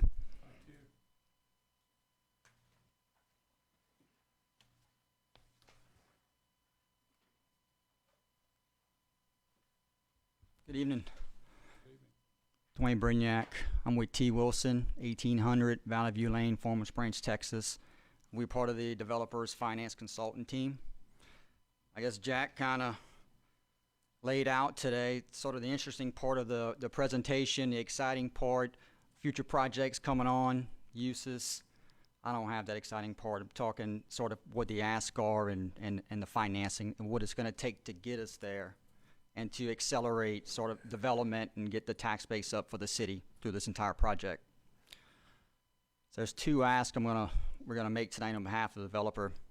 The first one is a public improvement district we're asking to be created on the single family portions of the project, which is approximately 440 units. The reason being, it will accelerate development of the single family uses, which rooftops spur retail and commercial growth to get that on faster than otherwise it would be without the single family development. And again, you get the commercial uses, the retail, tax base comes on a whole lot faster for the city. I'm going to skip a couple slides and come back to the TERS. So what does the PIT actually do for the developer? One, it helps pay for some of the part of the capital stack of the public improvements, water, sewer, drainage, roadways. That's a shortage. So it helps fund part of that capital stack. But in turn, also, what does it do? What does the developer do with those funds? It frees up some of the money to put into private amenities for the project to enhance the single family portion of the project.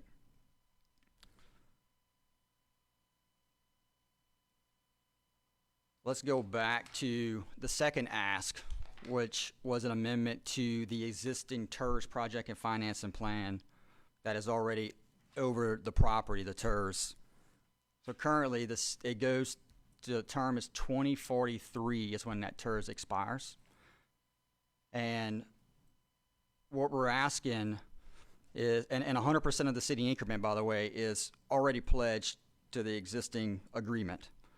And so currently, that 100% increment from all the uses on that property was go to pay for tourist projects, one which is Traders Road. So what we're doing with the PID, the ask, because today we're sensitive about tax rates for end users and what that burden looks like on the homeowner, we're asking for 50% of the 100% of city increment to be used to offset PID assessments. That's going to, I'll show you a slide, but it's going to benefit the homeowner in the end.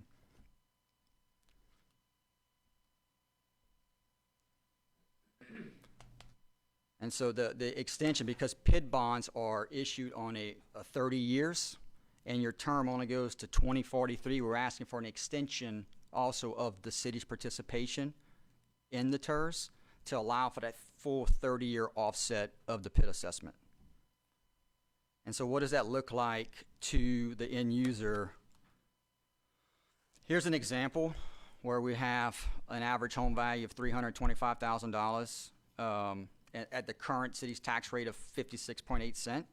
And so if you give 50% increment over to helping the homeowner out, that reduces the assessment payment annually by approximately $923.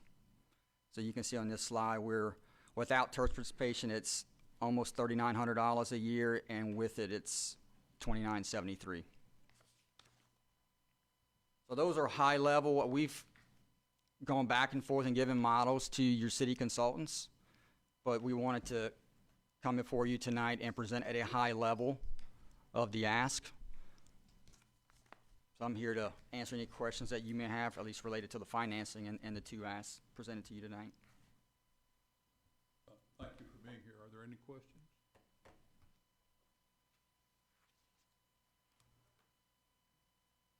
Yes or no questions. So thank you for being here. Thank you for your presentation tonight.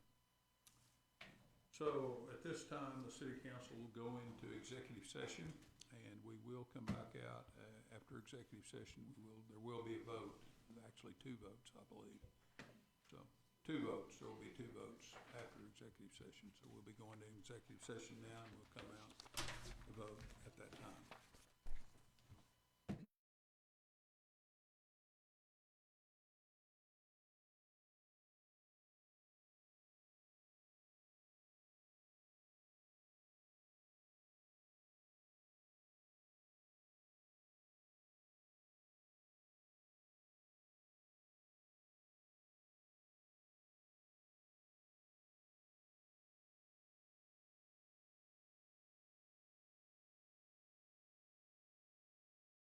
I apologize.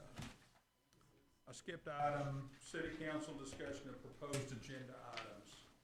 I'm sorry, I had something, so that's why I noticed that we skipped. All right, I just want to see if we can get an opinion or evaluation, maybe from Chris Harris possibly, on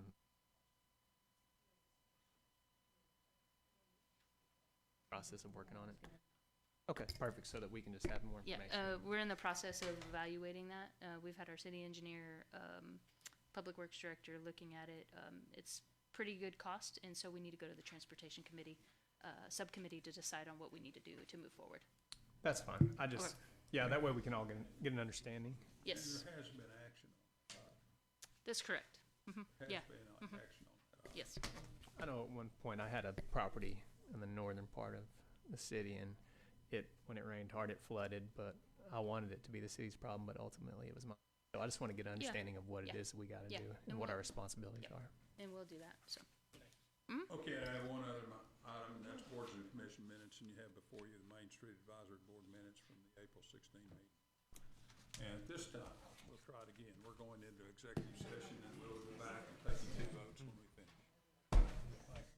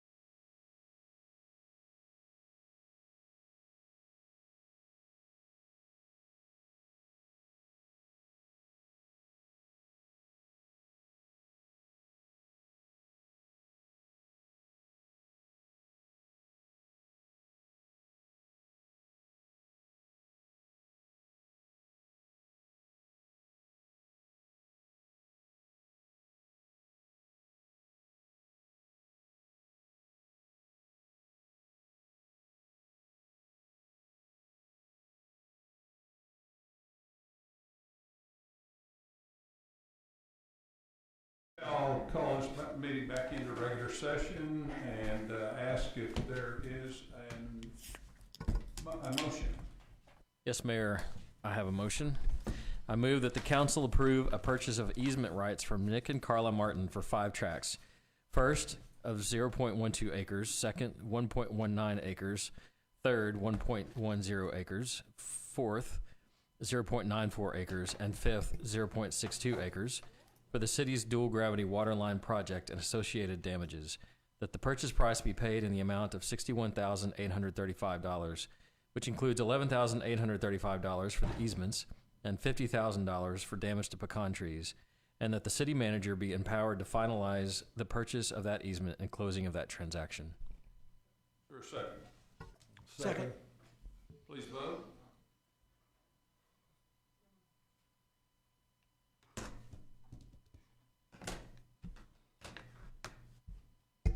Is there a second? That passes unanimously. Is there a second motion?